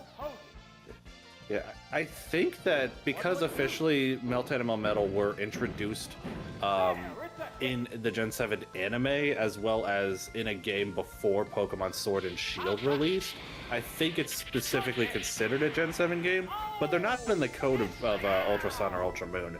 So you can't like bring them to a Gen 7 native game. You can only use them in like Let's Go Pikachu and Eevee. Which, speaking of, we can talk about that for a sec. What do you think of Let's Go Pikachu and Eevee? They're fine. I don't really have much. I honestly don't have much to say about them. Fair enough. They were my one and only experience with Generation 1. That's interesting. I do like that they do actually give you access to Mega Evolution in that game, but it kind of tried to bring over the Go mechanic of just like, you know, throwing Pokeballs everywhere, which Meltan do exist in Sun and Moon. I don't think so. It was like a Go. You can't encounter them. It was a Go exclusive Pokemon. You couldn't even transfer it in there. Yeah, I don't think you can even transfer it into Ultra Sun. No, I know they're not all. natively in the game. I'm not sure if they're treated as like a mythical or something. Cause I know Magearna was like the weird mythical in Gen 7. I think it's an 8 Pokemon to be honest with you. Probably, yeah. Son of a bitch. I need to pull back up the document. Yeah, Pen brings up a good point. Let's Go games look pretty, but not the ones that you wanted to play. It's also Kanto again. Yeah, fair enough. It's Kanto for the 10 millionth time, guys. Double X. Hey, like I said, the Let's Go games were my only. They are my only experience with Generation One. Yeah, but I get like a lot of like the older fans are probably just so fucking done with Kanto. Yeah, I'm sorry. I'm sorry about that, guys, but I gotta say, I understand why the Pokemon Company still markets toward like the Generation One like Gen nostalgia Oneers. because those are the most The popular Gen Pokemon. Oneers. Just call them what Yeah. they are, James. Gen Oneers. I didn't realize there was a name for him. How in the fuck did you not know there was a name for them this whole time? I am not. I don't follow Pokemon as closely as you do. Okay, that's fair. Battle continues. Yeah. Never finished Let's Go Pikachu. I have the dumb Pokeball controller. Oh my god, that thing! There, it's a Oh! Is it down and out? And it drove me to like Kanto We're less. down to one Pokemon. Alright, what do I you do got? have one last thing. I do have one last thing that I can say about the Let's Go games. This is just a personal memory that I have with them. So shortly before. Thank you, chat. Thank you, chat. What now? Oh, was our plague? Jeez. They're interesting. They're an interesting group of people. I just realized the only way I can attack is fucking Dream Eater, because it's a ground type! Well, time to eat the dreams. We're Sandman. Anyway. We're Sandman. Anyways. Furious battle. Where were we? Oh yeah, I was gonna tell a story about Gen 7? Let's Go. Yeah, okay, I think about I know Let's which Go story. specifically. Yeah, I think I know which story. Go ahead, Yeah. what is yours? So yeah, this gets into a little bit of personal territory, but that's okay. There's no personal details. So growing up, you guys know this. I love rabbits. I had a pet rabbit growing up, and you know that rabbit was still around when I went to college and was still playing Pokemon because that was when I was playing it. Shortly before Let's Go Eevee released, because that was the version I got. Shortly before that released, my pet rabbit, her name was Cinnamon. She passed away shortly before that game released. So, in her honor, I named my Eevee Cinnamon. And since I haven't like deleted any data or anything like that for Let's Go or replayed it, I still have that Eevee in that game. So, story about Let's Go Eevee, why that game still means something to me. Even though, to be honest, I barely remember Kanto as a region. Being honest. Hey, it's good to be honest. Yeah. No, he's told me the story before, but it's a nice little heart. I know it's a little sad, but it's also heartwarming. Mhm. Sweet. Yeah. Okay. Anything else you want to say about Gen 7 before we move on? No, I think I'm ready to move on to Gen 8. You are. Yep. Generation 8 Oh, with the God. launch of Sword and Shield. You want to go first? I don't like this generation. The only thing I really liked out of this generation was Legends Arceus. But we'll get into that. Let's just say I was not happy with Sword and Shield. And I was the one out of the two of us that finished this fucking game. Yeah. Fun fact, guys. I own a copy of Pokemon Sword.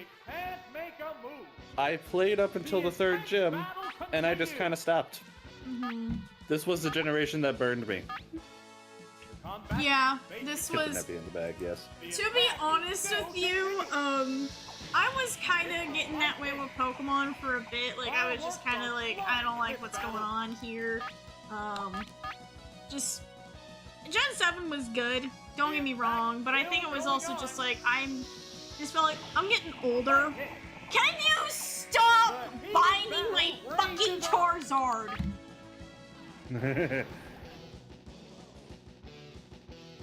Clearly not. Uh, Oh my I god. appreciate that Penn starts with a positive. Penn says he likes the gym challenge. Eh. From what I've heard, apparently, like they tried to lean into the whole gym challenge, the whole gym challenge as they were going back to it. They tried to lean heavier into it as a sporting event, which is why all the gyms are like massive arenas. Mm-hmm. Which also makes sense for the main mechanic of the generation, being Dynamax. So, yeah. So, what was it about the game though that burned you? I just thought it was too easy. Didn't like the story. Just didn't care. I just... Yeah, fair enough. Mother trucker. Can I make a move? What now? Somehow I don't think so. My god. You know, I'm so glad I'm not actually playing this for like a stream series or anything. We're just talking. Can you pick a different move? My god. Vine has a lot of PP. Can I like... So, Penn says, I like Hop and his story, Bede was okay, Marnie's overrated, I Team like Yell worse than Marnie, Team but... Flare. I like Marnie, but honestly, there's not much there! A lot of these guys, there's not much there. Hop's story is good. I will give it that. It's just, there's not much there! Yeah, Yes, and here's the thing. Team Yell is so bad. Yeah, what exactly is their motivation? Because, like, here's the thing. There's some games on my backlog that I just don't really want to go back to. This is one of them. I know why you said that. Keep it in your pants. I don't actually know who Melanie is. Anyway, so what exactly was Team Yell's motivation? What are they doing? They were cheering Marnie on. And is that it? They were just like toxic sports fans. Uh-huh. Team Yell really isn't even. It really isn't the evil team in general. Yeah, They're very aggressive sports fans. Yeah, I have a little understanding of what I'm missing in Generation 8. It's but very I will say, British. yes. And you think that just because it's British that I'd like a game because of how much I like Xenoblade, but no, that's not the case. It's not being British that I like. No. Why the game burned me though? Yeah. So why did Sword burn me? Here's the thing. Oh, we're doing this bullshit again. It wasn't necessarily like any performance issues of the game. I just felt that because I don't want to just boil it down to one thing. I think it was kind of death by 1,000 cuts with Pokemon Sword. I was feeling the effects of the whole Dexit controversy. You know, you remember that how they're limiting the Pokedex for each generation. Then like we got the wild area. And people were that pissed. one didn't really. Oh yeah, I didn't really care as much about that one in particular. Oh my god! But the reason why I didn't really like, the reason why I just didn't really like playing the game was because the main mechanic, Dynamax, it was limited to specific places, and that's my biggest issue with playing that game at all. Dynamax seems interesting on paper, but if you're not able to really use it very often, then you're not going to actually engage in the mechanic. And I've got a similar complaint with terrestrialization, but we'll get there later. We'll get to Gen 9 in a little bit. Yeah, I don't like that you're not able to use it everywhere, so you can't really get much understanding with it and like what it does. So I would frequently just feel like, okay, I'm just kind of clicking buttons. I'm just kind of clicking buttons, getting through these battles, and it also didn't help that this was also when I realized that the Pokemon battle system is just kind of slow. I felt it a little bit back in Generation 7, but things still seem to move relatively snappy. I am so glad you did not play Diamond and Pearl, because you would be Yeah, I did not play Diamond and Pearl. You would I be did in hear about that. hell. Those games were so I did hear about that. low. And I guess it also didn't help that, like, yeah, they advertised the wild area as like the big thing that they were going to, you know, they give you free reign of the camera, you get to do these raid battles and stuff. That just didn't really mean much to me. No. Because like the rest of the game was like the traditional like fixed camera angle. Like, just the problem was with the wild area, just a lot of people were complaining about how it was graphically, and I know I'm not really a graphics person in general, but it was just so like, there's no fucking excuse for this game to look like this. Some of those trees, people were saying they were akin to some of the trees in Ocarina of Time. Here's the thing. Again, I don't think graphics is a good argument. No, it's not. My problem with the wild area was that there was nothing to do. One of my favorite games ever is The Legend of Zelda: Breath of the Wild. One of its greatest strengths is that even though it has a massive world, there's something to do literally everywhere you go. And the wild area did not feel like that. So when I went through it the first time, I just thought, is that really it? This is what everybody was marketing for? And then I just kind of continued with the game, and it just felt like regular routes, and the battle system didn't really spice things up for me at all because I wasn't able to use Dynamax. So, and yes, I understand from a lore perspective why you can't use it, but I still think that's kind of stupid. So yeah, those were some of the reasons why I got burned by the game. I just put it down after the third gym, and I haven't picked it up since. And from what it seems like in this conversation, it seems like I'm not missing much. Yeah, I mean, I've told you a few things about it, but the DLC fixed things, but it's still DLC. Yeah, this is also why does fixes lock behind DLC? Yeah, so I will also say this was the first mainline Pokemon game to have DLC. Which is a trend that seems to be continuing into Gen 9. Yeah, yeah, seriously. Yeah, I understand that the DLC was when they actually added, because I remember them advertising that the areas in the DLC are like the wild area. You can with free camera and stuff like that, and the entirety of it is like that, which is good. But great. If I didn't enjoy the base game, why would I play the DLC? Exactly. I'm sorry. I don't have a reason to pick up your DLC. I didn't even play the DLC. After Sword and Shield, I was just like, I'm done. Yeah. And like I said, I didn't even get that far. Easy says, it's not my favorite game by any means, but I enjoy its aesthetic. I like Sonya a lot. Yeah, because she's cute, but it gave me enough to yearn for Leon and Sonya to interact more. Yeah,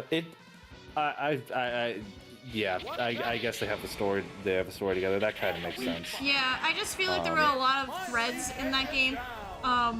X and Y also had this issue. I think both of them just had the issue of there were so many threads in there that they just did not do anything with.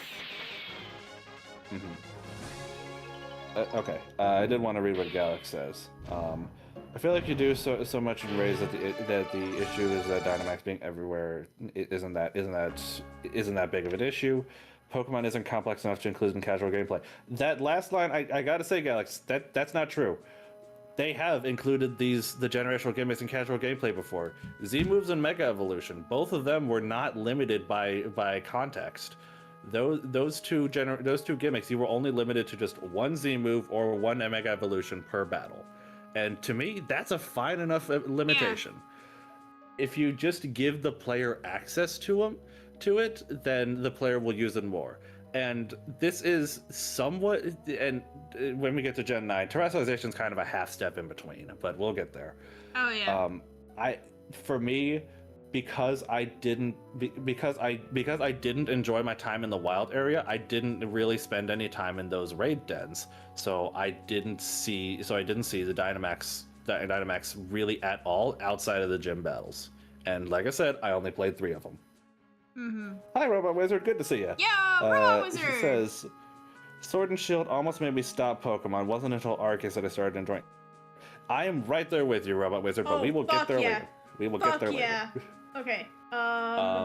Yeah. But that's really all I have to say about Sword and Shield. I understand what Okay. you're saying, Galax, but for me, that wasn't enough. That was enough that I... Give me 1 second. I'll be right back. I don't know if you want to just start the next topic, and I'll just come Yeah, back. I'll address... Yeah. Galax says, Z moves and Megas don't work perfectly Pokemon's current casual structure, in my opinion. Charizard does the best by not making the mechanic a hyper move. And yeah, Z moves, yeah, they can be like that. But for trainer battles, you got to consider when to use your Z moves and also when to use your Mega Evolutions if you have them. I also... We skipped this in the Gen 6 discussion. I did not like that Mega Evolution was basically hampered to just important encounters. I kind of like how the Terras and Dynamax are handled in that way better. That it's basically every gym battle that uses it. But when you're limited to the gyms, the player doesn't get access to the fun, flashy super move. There's still some Pokemon characters I loved in that game. Oh yeah, that. To be clear, every Pokemon generation, regardless of its quality, there are two things they always get right: the music and the Pokemon themselves. No matter what, they always nail that in some regard. Yeah. But no, I have an interlooper again. To me, when I started as a casual Pokemon fan, Mega Evolutions were the thing that drew me in. This powerful form-changing mechanic that spices up the gameplay. And Z moves, while technically not the same thing, were still as flashy and kept me invested in my gameplay of Pokemon. Granted, they took a while after. It took too long, if you ask me. Really, but Cat? you know, that was a later issue. Also, hello, Kitty. Good to see you. What do you have to say for yourself? What did you do to Genma? What did you do to Genwa? What did you do to him? What are you doing? What are you doing? What are you doing? I guess he's just gonna sit here, I guess. I don't know. Okay. Alright, shall we move on from... I'm gonna switch to a different game. Mhm. I'm kind of sick. Fair enough. I'm kind of sick of playing Stadium. Yep, fair enough. What would you like to play? I want to play new Pokemon Snap, but it has to download. So it has to download an update. Give it a sec.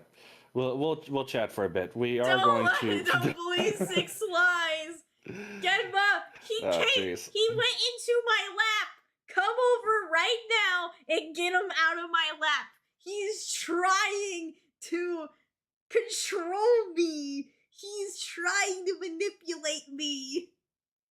Oh, jeez. Ow! Okay, so. Oh dear, what did the cat do this time? He scratched my legs. Come on, if you're gonna scratch my legs, get out. Come on. I love you, but you come back later when I'm done yelling at people on the internet.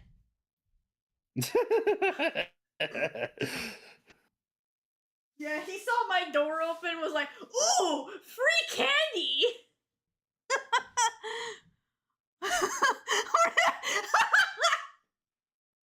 We're talking like a Reddit situation.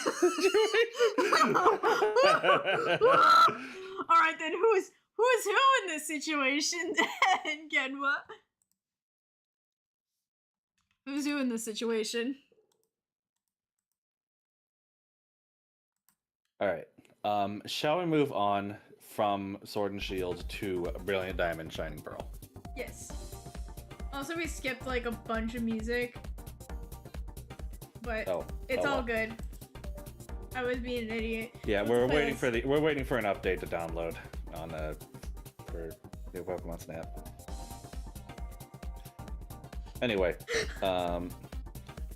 yes, 6 is the rat. Yeah, the rat has a name. It is Remy. Okay. Anyways. We have more things to talk about with Gen 8, and oh god, it doesn't get better! There's no such thing as BDSP. There is no BDSP in C's channel. What's her name? The lady from Avatar. I don't know. I'll just say this about But, BDSP. yeah. I fucking hate that game. It is a stain upon my childhood. I was so disappointed.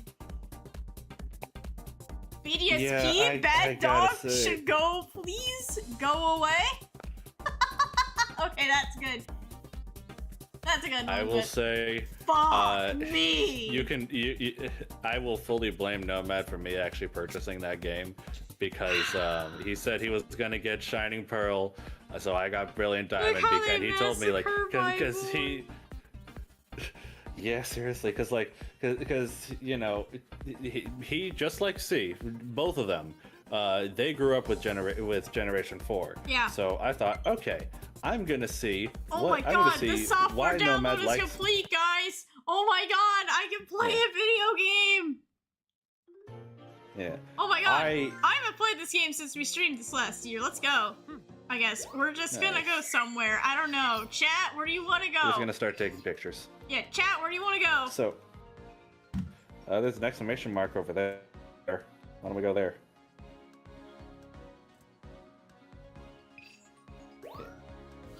Yeah, what's going Oh, on that's here? the side path. That's something we did on stream.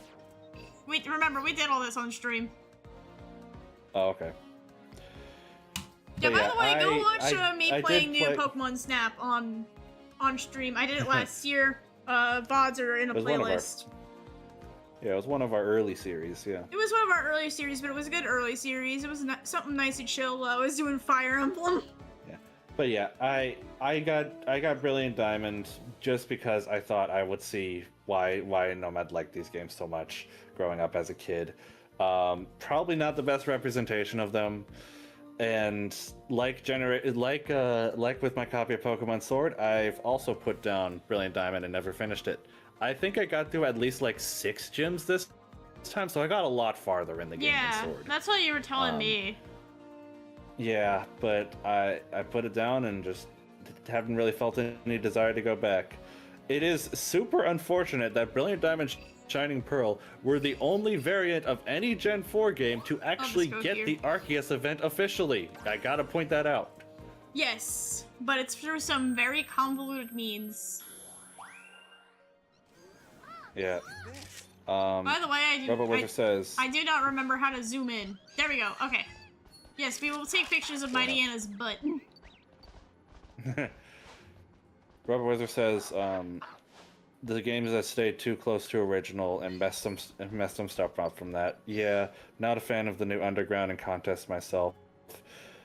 Okay, I didn't even engage on the contest mechanic at all, so interesting to note that. Easy says, hot take, I think BDSP perfectly remakes Diamond and Pearl and highlights some of the weaknesses of those games. That's kind of to its detriment, unfortunately, because yeah, it's a very faithful remake. Like, correct me if I'm wrong, C, but like the only major differences between Brilliant Diamond Shining Pearl and the originals, besides graphics, are like some trainer outfits were added, and they removed HMs. Is there anything else? Underground got changed. Contest got changed apparently. I did not know that before Robot Wizard said that. Oh yeah, I forgot about that kid. My chat was like absolutely like calling that kid a freaking like war. No, it was Todd Snap. Everybody was calling him a fucking war criminal. Oh, That's yeah, right. Todd Snap. Not the kid, but I think that little everyone jerk. everyone hated the kid. Everyone hated the kid when I streamed that game. And not Todd Snap, who's very clearly committed war crimes. Anyway, you guys are making comments around Gen 10. We'll get to we'll that talk in a about minute, that some other guys. time. We'll talk about that later. Game Corner switch to clothing shop. Okay. Dream is more difficult, and Ramona Park, I assume that's like the Safari Zone.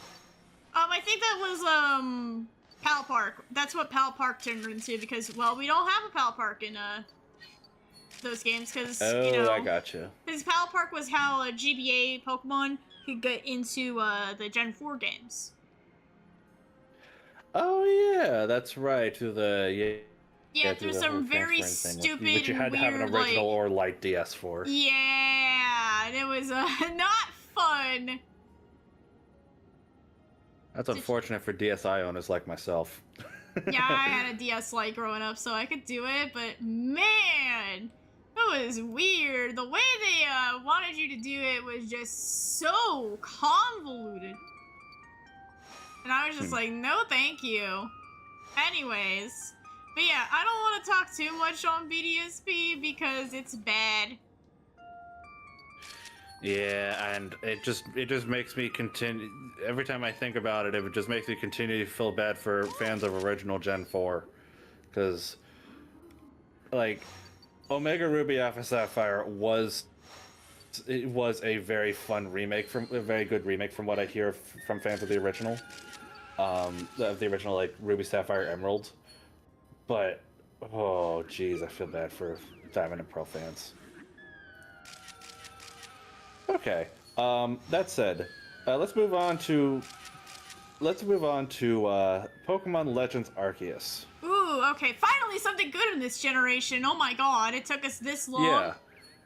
This is one that surprised a lot of people, I'm sure. Oh yeah, this was definitely Pokemon being a bit more on the experimental side.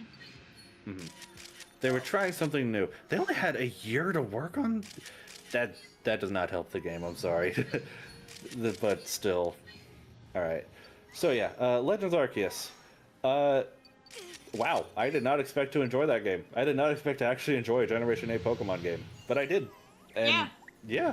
Especially since the rest of that generation was like a fucking disappointment. Yeah. Yeah, it varied enough that like that everything in it felt new. Just the way that you captured stuff felt new and different from even Pokemon Go. It didn't have the gym leader structure, so instead you had to deal with the I think they were called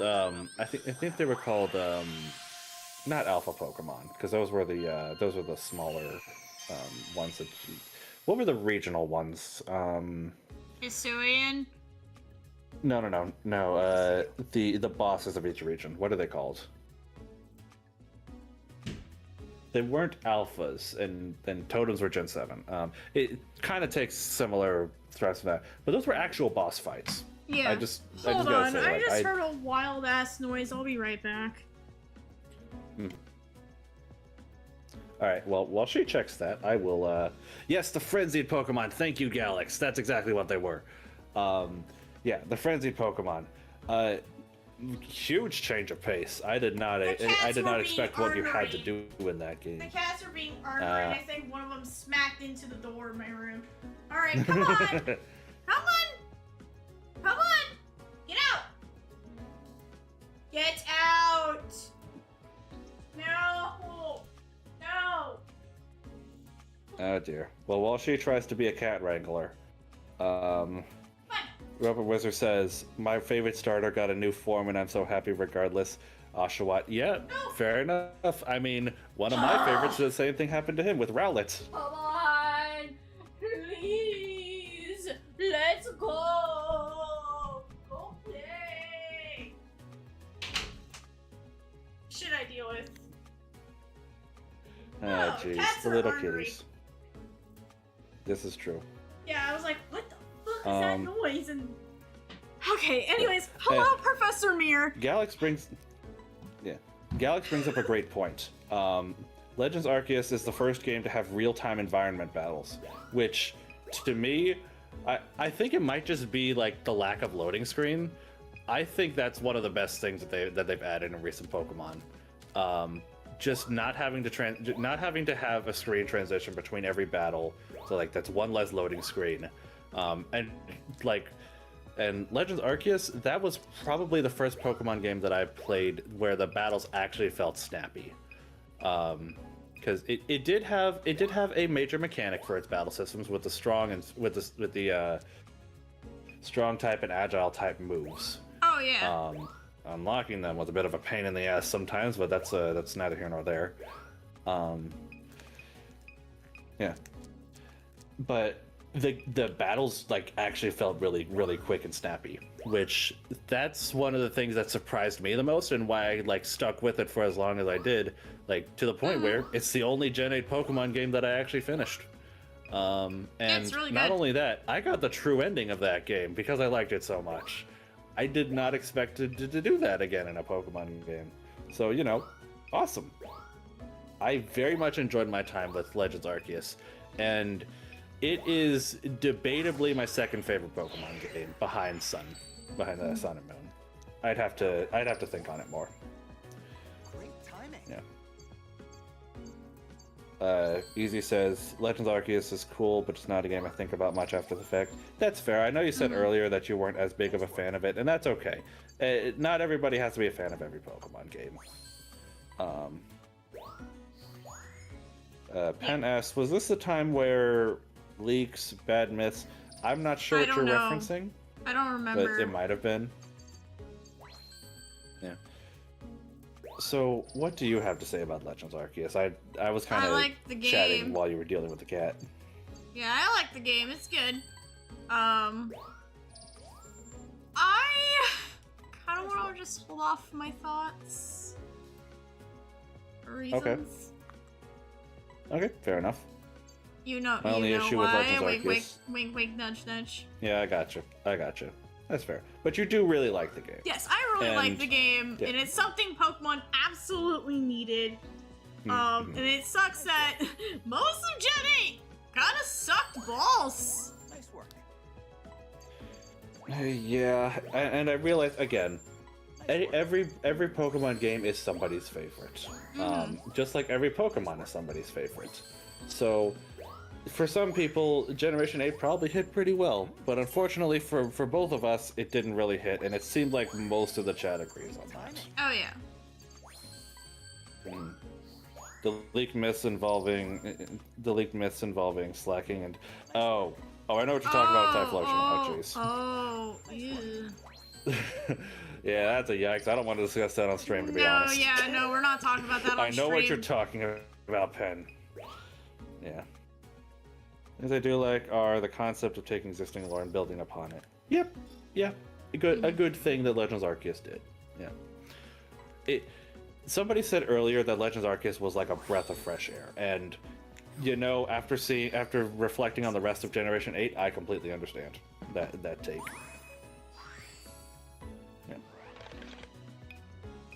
Yeah, we know what you mean, Pen. All right. We are getting close to end of stream time, so we might want to, you know. Yeah. This is the last generation that we have to talk about from the past. And I know you have a lot more to say on this one than I do personally. So. Generation 9 with Scarlet and Violet. What an interesting game to follow from Legends Arceus, am I right? Oh boy! Okay. I did not like it. Do you guys see trend and here? You know, I understand. I understand why you don't like it. It might be me being a boomer Pokemon fan. Generation 9 was kind of a step towards something new. But also, like, it didn't follow, because they were made by different development teams. I understand why it's so different from Legends Arceus and why they went back to the regular catching system and stuff. But Gen 9 was an interesting thing to behold when it was first released, and you played it on released, so. And you played it on Switch 1, so explain what's happened. It was horrible, guys. Freaking glitches everywhere. Shit was not loading properly. Took forever to load. T-posing, may I mention the T-posing on the models? My god. Yep. Let's just say, my god, that was a, this is inexcusable. Yes, I absolutely agree with yes, I absolutely agree. Gen 9 had a good idea, but needed way more time in the oven. Yeah, at launch, absolutely. And I even said this on my Blue Sky post. At launch, that was unacceptable. What it was back then, good God. Experienced almost no glitches at launch. Well, you were lucky. I've seen, and not only just like glitches and. I didn't really experience like glitches. I more experienced just things clipping, just models not working. Bugs and stuff. Just smaller, like, visual bugs. Yeah. And here's the thing. I wouldn't necessarily call it that big, call bugs and glitches specifically that big of an issue, but in that game specifically, from what I've seen, Gita is a trash champion. I don't care if she's not the final boss or that part of the story. With all the hype she failed to deliver. Fucking true. Then again, there was no hype. There was no hype surrounding her. Do not even. Don't even give her the time of day. She sucks. Back to the performance talk for a sec, though.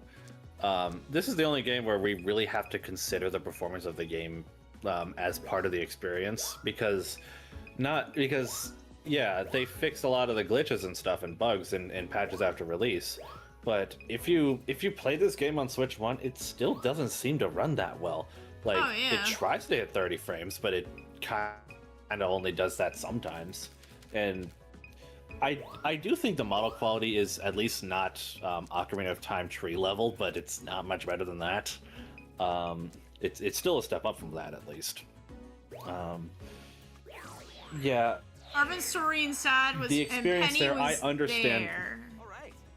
Yeah. I understand why people had so many problems with the game at launch. That said, though, let me get into my experience with the game. Okay. For those who don't follow me on Blue Sky, by the way, follow me on Blue Sky to see, link is in the description. To see funny things like what I'm about to tell you. I played Pokemon Scarlet, because that's the version that I own, for the first time earlier this year, like less than a month ago. Oh yeah, like a few weeks ago. Yeah, I wrapped it up a few weeks ago. I played it for the first time, specifically on my Switch 2. That's the kicker. And I gotta say, when played on Switch 2, I don't see any of the things that people were talking about at launch at all. The bugs have been fixed, yeah, that's true. But the game runs butter smooth on Switch 2. I did not notice any loading errors or hiccups or anything like that. There probably are still some, because no game is perfect. But what I experienced in the game was, I gotta say, like a completely different experience than what C experienced at launch. Nice work. I saw stories. I saw what was there. It is completely different. Nice work. And by not having to worry about the game's performance, it allowed me to get invested in the characters and the story. So, like, getting back into the different important stuff of the game. Yeah. Getting back into it. We're talking about the different story styles. People were talking about Arvin's story. I do enjoy. I do enjoy Arvin's character and story. I will say it is a little too similar to Lily's for my liking, but I mean, I do really like Lily for her story, so the same can be said for Arvin. And I know you guys were dogging on Penny for a bit, and that, and as a character, yeah, sure, Penny doesn't really have much going for her. Okay. But I did enjoy the Team Star story arc. I'm just gonna switch to a just chatting screen for this last bit, because Yeah, that's fair. I'm kind of just like... Yeah, my battery is getting a little drained here.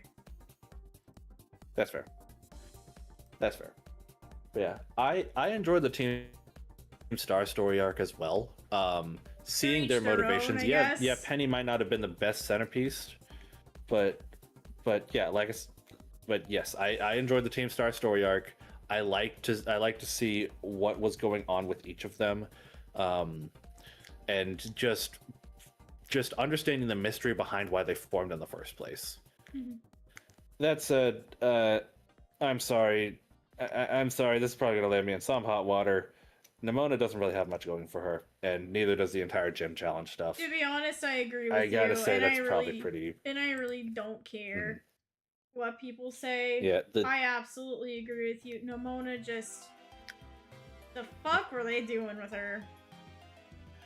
She does get more story development toward the end of the game, which gotta say that ending, holy crap, that was awesome. But she does get more story toward the end of the game, but by that point there's not much there to care about. I hate to say it. It's just, I think we discussed this because I was there when you went through the final stretch of the game. It's just all this was happening just far too late. Yeah, and add on top of that the performance issues and bugs and glitches on Switch 1 when it first launched, and I completely understand why people are so negative on Scarlet and Violet. Yeah, I knew you weren't going to agree with me, Easy, but yeah, sorry, Yeah, I don't really feel much for Nimona. Sorry. I'm glad we all agree that Arven's awesome, though. Yes, Arven is great. He's like one of the few characters that I like in Scarlet and Violet. Then again, remember guys, I am a Pokemon veteran. I've seen Pokemon do this shit multiple times, and I'm just kind of done with it. I'm just so bored. I see what you're saying, Galax. Nimona's basically Ash Ketchum, lover for the fiery passion. To me, I need to understand where that fiery passion comes from, and don't get me wrong, I got that in the ending. I got to see her origin, and yeah, that did humanize her more. And you know what? I'll give her that. If it wasn't for that ending, I probably would be more negative on her. But she's just kind of, she's not bad. She's just fine. Did Tears of the Kingdom get an update? Yes, it did. It added a new language. Anyway.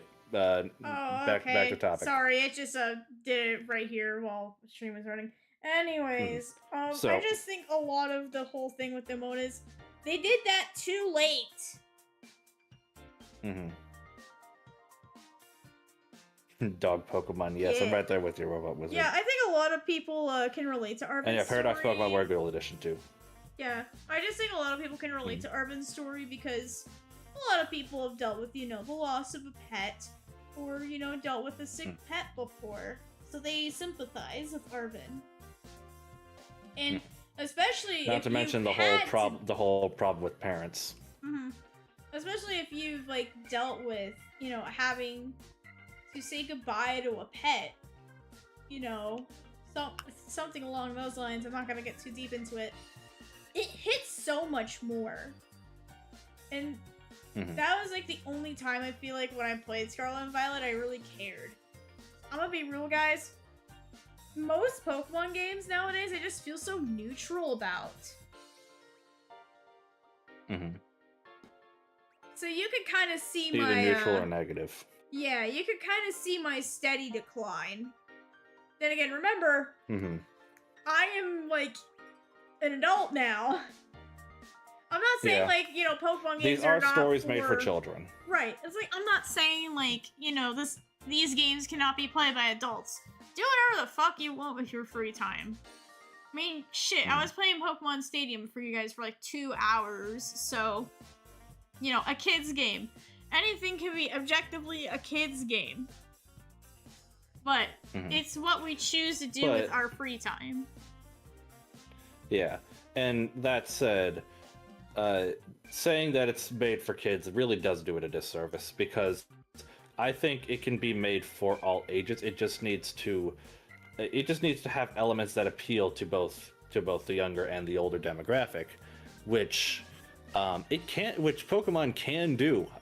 I experienced Generation 7 as an adult, granted in college, but I was an adult, and it meant a lot to me. That story meant a lot to me. Gen 9's story, some parts of it are fine, other parts of it are not. I described it on Blue Sky as if they were made by 3 different writing teams. Whoops. But I see what they were trying to do, and like Robot Wizard said earlier, it needed more time in the oven. It got that time in the oven by the time I played it, but there were some elements that just couldn't be fixed. I do appreciate that Galax shouted out the DLC. I am curious about it. I have not purchased it yet because I'm not sure why it's $35 for one thing, but also because I don't want to go back to it right now. I've had enough of Scarlet for now. You're kind of just had your time. Yeah, maybe, but I am interested in it. Yeah. Personally, I'd like for Pokemon games to keep it simple. Complexity is not the reason I play them, and that's fair. Everybody plays games for different reasons. I think for me, I like it's my just battle systems to be complex. Mhm. Yeah, I think for I like me, to be it's at just, least a little bit complex. I think it's for me. It's just I've gotten older. I've played so many other games. I've played so many different RPGs. Pokemon is what got me into RPGs, and it's just like playing like a game like Trails or Metaphor, ReFantazio, or Final Fantasy VII Rebirth. Stellar games that I loved to death, that, moved me, that I love, and, I've talked about so much on the channel. And then going back to Pokemon nowadays, I'm just like, it is night and day. I don't get the same feelings. Unless I'm playing Legends games. It's like Pokemon itself has yet to evolve. Yes, it's at a stalemate. I know they can do better because we've seen the Legends games. Absolutely. And I mean, the most recent mainline game was Legends ZA, which I know we'll talk about. Yeah, let's talk about Legends ZA because that's the next game in the list. Sure. You have experience with it. I have not played it yet. Oh, yeah. But you have experience with it. What do you got to say? Yeah. So I will definitely say as well, I went way more in depth on Legends ZA in a discussion stream I did with my friend Mike, aka AkmalDL. So go check that out if you want more in-depth thoughts. But I do want to talk about a little story with that game. So, Mike and his brother actually came to visit me when that game was launching. So, anytime we were not at the convention, we were at the hotel room. Both me and Mike were just playing Legends ZA, just seeing everything together for the first time. And every single day I would come over to see him and his brother. He would just be like, okay, I gotta show you what I've been seeing. And he would show me like all the new megas and everything. And I was just like, oh my god, I can't believe they did this. Like, oh my god. It was really fun getting to experience a Pokemon game with a close friend of mine like that. It was awesome. And I think that's what made Legends ZA stand out so much more in my mind, because I have those memories. It's a great game, though. It is a game that Kalos deserves. I will say, I think that's kind of what Pokemon's trying to go for with the later gens, because Scarlet and Violet specifically, it has the it has the co-op play that you can do. Granted, you're not able to battle at the same time, but you can explore alongside somebody else. So I feel like that is something that you can do should you choose to do so. Yeah, Galax, I did hear the DLC is just kind of not worth it. To be honest, I've been a bit apprehensive about the DLC, I'm not gonna lie. If it leads to something bigger in the next generation, cool, great. But if not, that's okay. Yeah. Anything else you want to say about ZA? I mean, not really much. It's a good game. If you haven't played it already, definitely play it. It's great. Yeah. It's an absolute evolution of the Pokemon's battle system. Has some amazing characters. So this game does show Pokemon can do good things. It's just for when it comes to the mainline games, they just don't give a shit. And it makes me disappointed. Yeah, and here's the thing. And again, this is a veteran's perspective. Here's the thing. I have not played ZA. I am interested in playing ZA because of what you've told me. And I've shown you a little bit of the game, and also because I started with Gen 6. And you've shown me a little bit of the game, yes. And because I started with Gen 6, I would probably get like references and such. Yeah, this is like, Gen 6 would be like your nostalgia. I'd say that more falls to Gen 7, but yeah, I'd understand it at least. Anyway, I am interested in Legends CA. I have not picked it up yet because I think I would like to find a sale for it. Which I have yet to ever see the Switch 2 version go on sale. Very rare.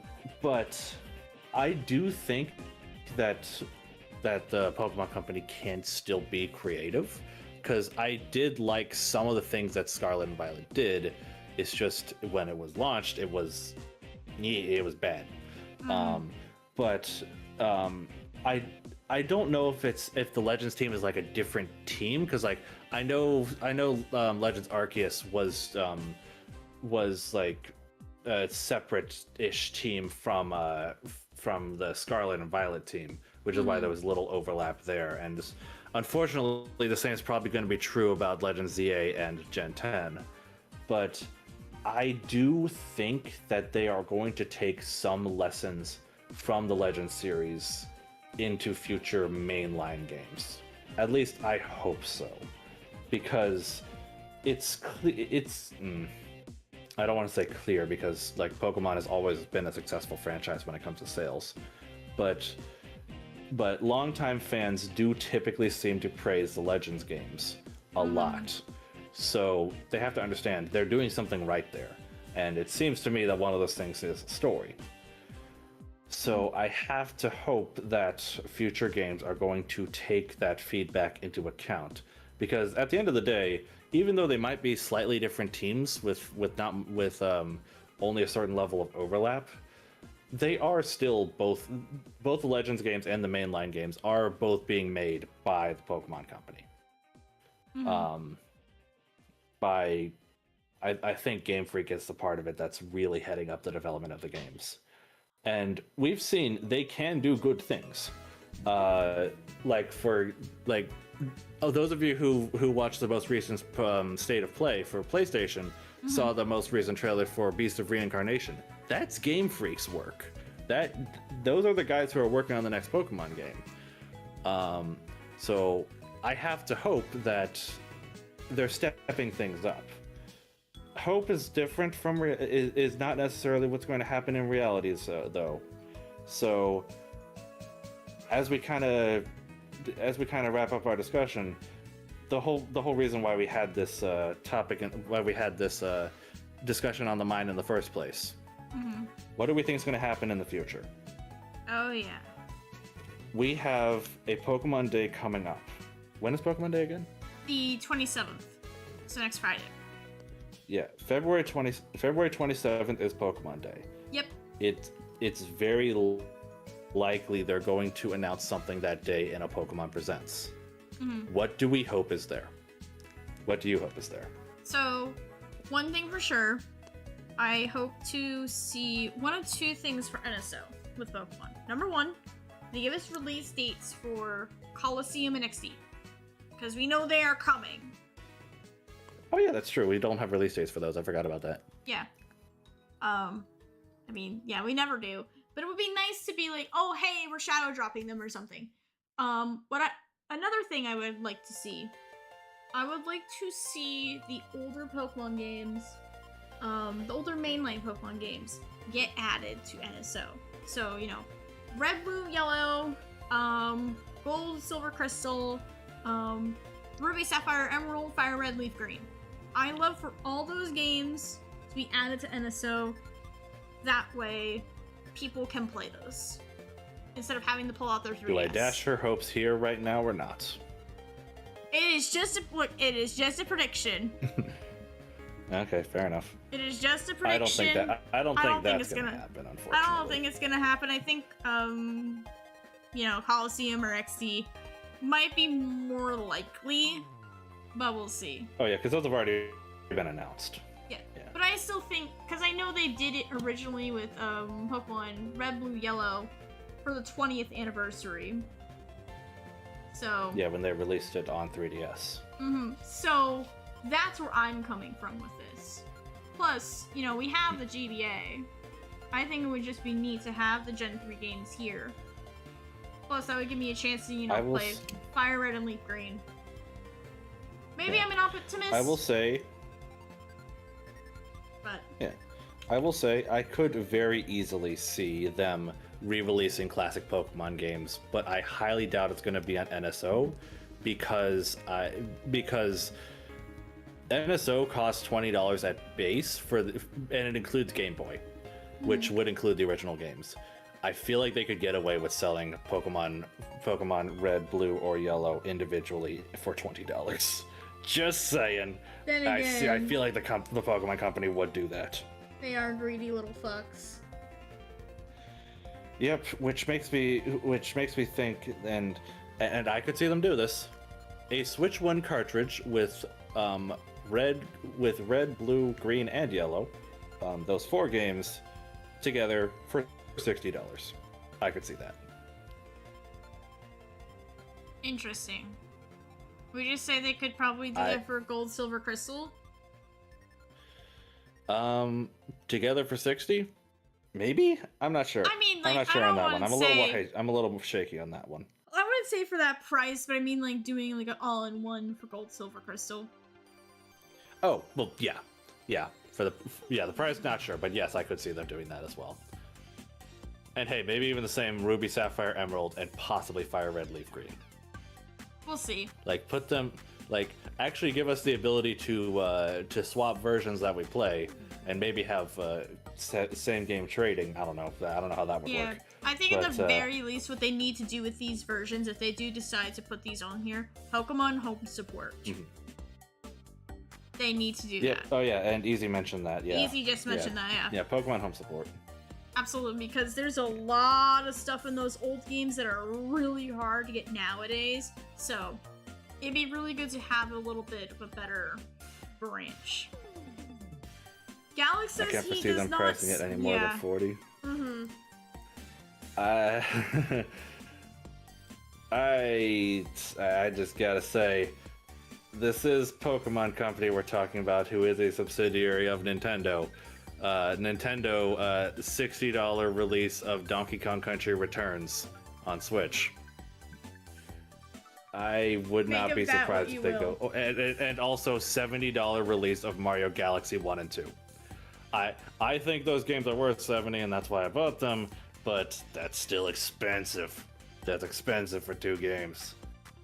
And Pokemon is more. Remember, Pokemon is the most valuable IP in the world. More well-known than Mario, more well-known than Donkey Kong. So, I could see them going as high as 60 Absolutely. for a multi-pack.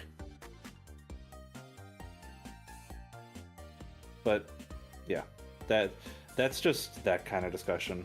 What else do you think is going to be at the Pokemon Day Presents, if anything else? I mean, mobile game garbage, but we don't talk about that or care about that.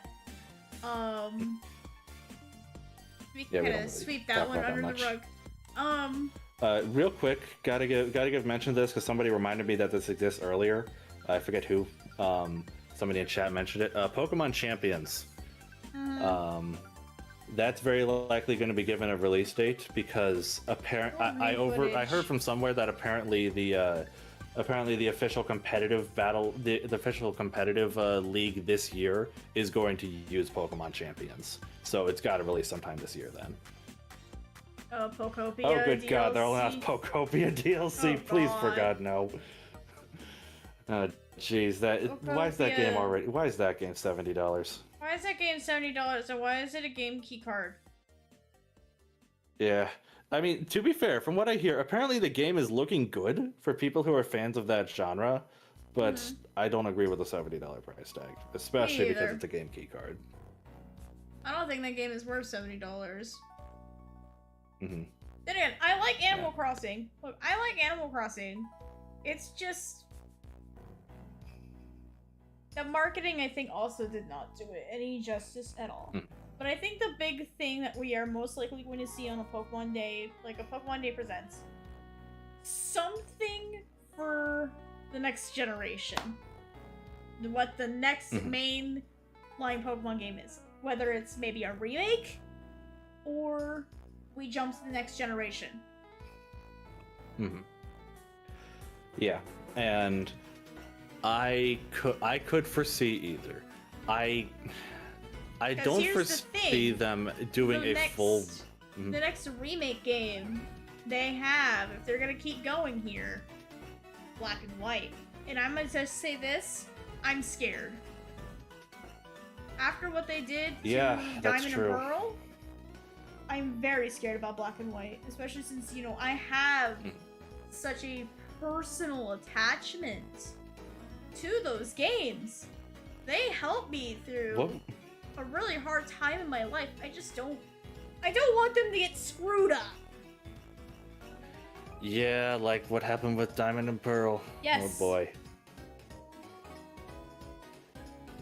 Sim games are basically forever games, so pricing makes sense to me.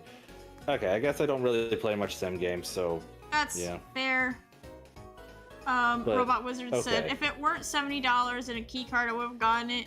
This seems similar to Dragon Quest Builders, which are some of my favorites. Okay, that's fair. It does seem interesting. It's just, my god, the marketing just... God. I didn't enjoy some of the stuff. I mean, it looked interesting. I think the, like, extended trailer they had helped, but, Sorry, I remember what said. yeah, no, I agree. I agree with him. I agree. We have yeah, standards. Yes. I understand what you're saying, Galax. They don't plan on any remakes at the moment, unless they know they can be great. I just want to point out Brilliant Diamond, Shining Pearl. That one. I wonder if Game Freak knows that which is why they looped back to Gen 1 with Let's Go Pikachu and Eevee. It's a nice quick moneymaker, and I know they were also trying to piggyback off of Pokemon Go for that one. So we'll see. I will say from my perspective what I expect to be at the Direct as the biggest announcement. I'm expecting Generation 10. And the reason why I'm expecting it is because of two things. First, this is an anniversary year. This is the 30th anniversary of Pokemon, I believe, if I'm counting correctly. Yes, you are correct. I, as one of the, as somebody who watched this, I watched the Super Bowl this year. They put a Pokemon ad in there, but they didn't advertise any specific game, not even Pokemon Go. It was just a general, it's the 30th year of Pokemon. Yeah, that's what they did for the 20th. Why would they put that there? They want mainstream people to pay attention to Pokemon this year. Why? You know what's interesting? We don't know yet. I know think what's- it's a new generation. Maybe. You know what's really And I got another interesting reason as for it, too. well? So whenever I go to the store lately, I've been seeing like Time magazines. I don't really pay attention to Time magazines, but they've been putting out a lot of Pokemon themed ones. So, True. wanted to throw that nugget in there, but and- keep going. And my other piece of evidence for Generation 10 being this year. The Pokemon cycle is usually 3 years between generations. 3 or 4 years. Generations, yeah, 3 to 4 years. Generation 7 released in 2016. 2017. Generation 8 or 2017, thank you. Was it 20? No, it was 2016. It was before the Switch. The Switch released in 2017. Generation 8 Was it? released in Maybe I'm confusing it. 2019. Yes, that's right. Yes. Yeah, and that was 3 years later. 3 years after that, in 2022, we got Generation 9 with Scarlet and Violet. It has been 4 years since then, if we count 2026, like the entirety of this year. If we follow the Pokemon cycle, that means Generation 10 would have to be this year, or else they're behind. Which, Here's my thing, though. as we know, I hate... Pokemon Company likes to stick on their cycles as much as we may not like it. Yeah, I was gonna say, I absolutely hate the Pokemon cycle. I really think, you know, it's just creating a unhealthy work environment, and game devs need time. And it's very clear that the Pokemon devs are not getting time to work with what they're given to make a wonderful product. Because I'm going to mention this thing we always talk about. There was a guy who compared Xenoblade Chronicles X to Pokemon Scarlet and Violet. Well, it's like, yes, I think, X... In terms of graphics. In terms of graphical, aspect. And again, graphics are not a make or break for me. But it is really interesting to see from somebody who's in the industry's perspective on this.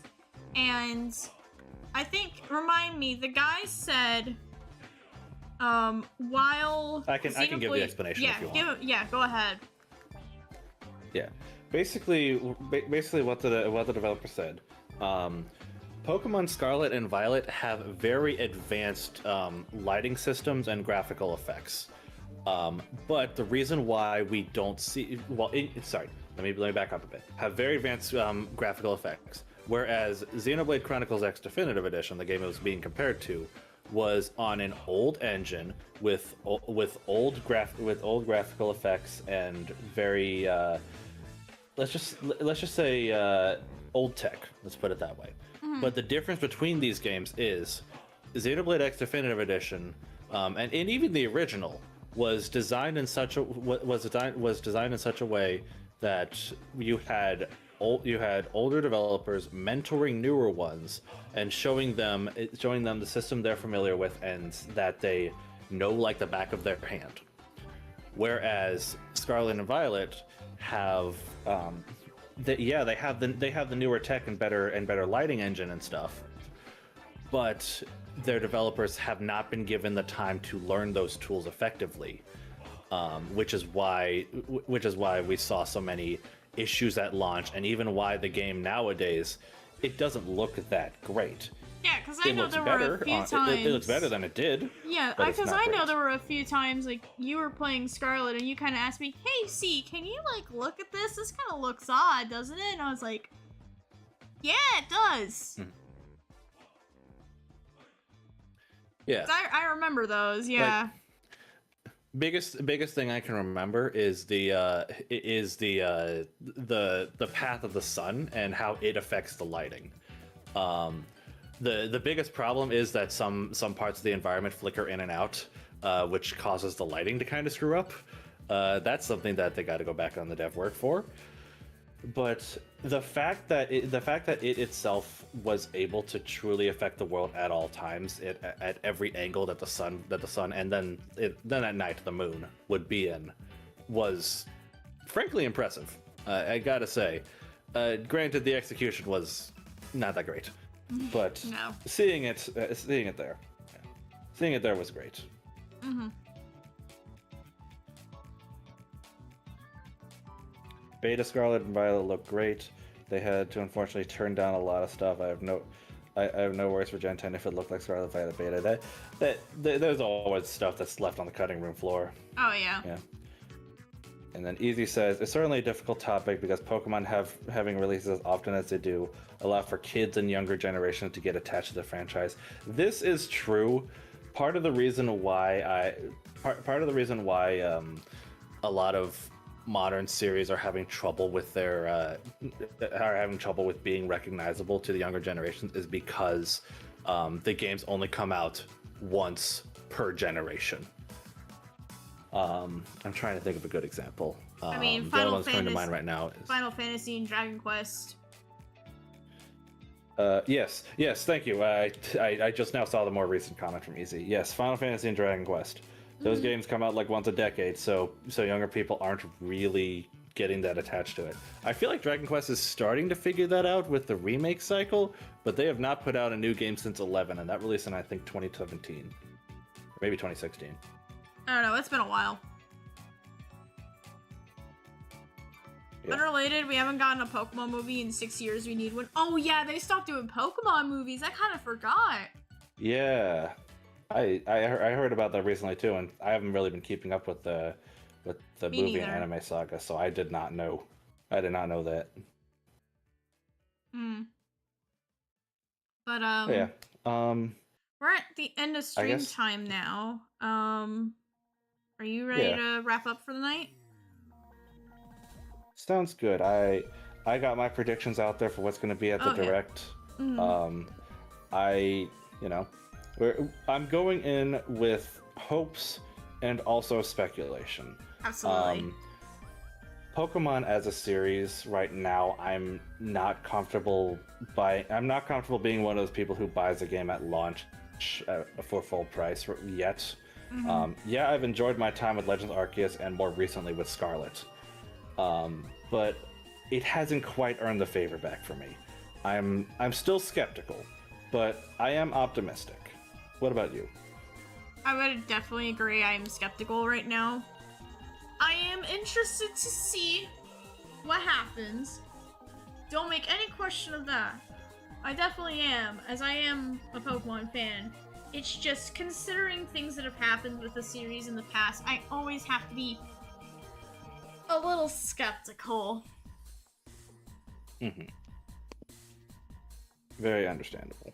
Very cool stream, dudes. Love y'alls. I need to sleep because of work. Alright, well, you go get some sleep, Yep, and we understand. will see ya another time, You have a Easy. good night, Easy.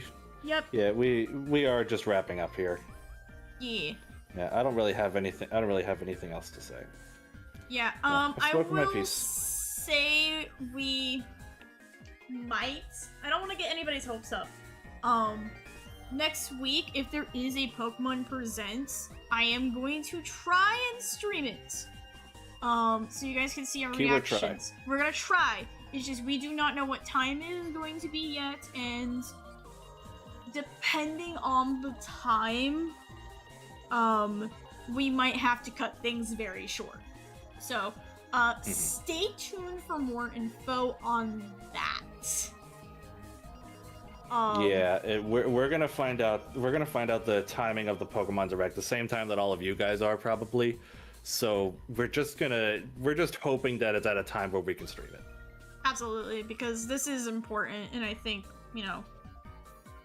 say if something big does happen, I would love to share that experience with you guys. Yeah, but again, huge if. Here's hoping. I would love to stream it. We'll see. Absolutely. Okay. Anyways, to wrap things up, let's see. Oh my god, Genma. No, I kicked the cat out. He's not coming back until maybe after stream. Anyways, so guys, I have one more stream for you this week. We're going back to Kingdom Hearts. I should be excited. Yeah. I should be excited about this, but we're going to the ass Oh world. boy. We're going to the shitty world.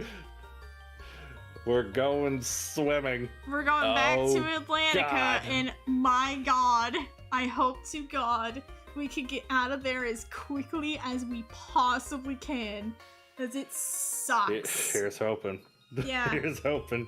We're going Because- through Atlantica, under Yeah, the sea. under Oh the god, sea. it's a time under the sea. Yup, absolutely. That way, we can get to some more fun worlds, because after this, there's some pretty goated worlds.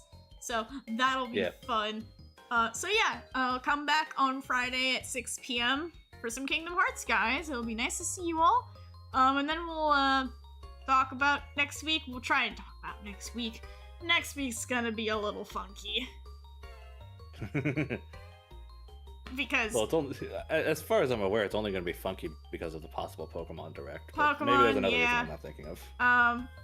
we'll talk after stream. But Yep, yeah, sounds good. as always, guys, if you like what you saw tonight, feel free to sub to the channel. Every single sub means a ton to me. It gets us closer to our goal of getting channel memberships. So, again, if you like what you see, feel free to sub. I always appreciate it. Love to grow our little community. If you'd like to interact with us on a more higher scale, then we do have our community Discord server, which the link is in the description. We have a lot of people in there that love to talk, and we love to talk with you. So if you're wanting to be part of the community, go check that out. And last thing as well, I do have a VGen where I do take art commissions, so if you would like some cool art from me, please do check that out. It is the most direct way you guys can support me. So please consider that as well. Alright, James. Yeah. Your turn. And if you're curious about me, my name is James, or I go by JC101 on the internet. My blue sky is linked in the description, so feel free to follow me there if you're curious about what I have to say on life, video games, that kind of thing. That's where I post a lot of my thoughts on Pokemon Scarlet, so feel free to check that out if you're interested in that. Oh, yeah. But yeah, that's all. Alright, guys. Well, all that being said, have a great rest of your night, and I will see you all next time!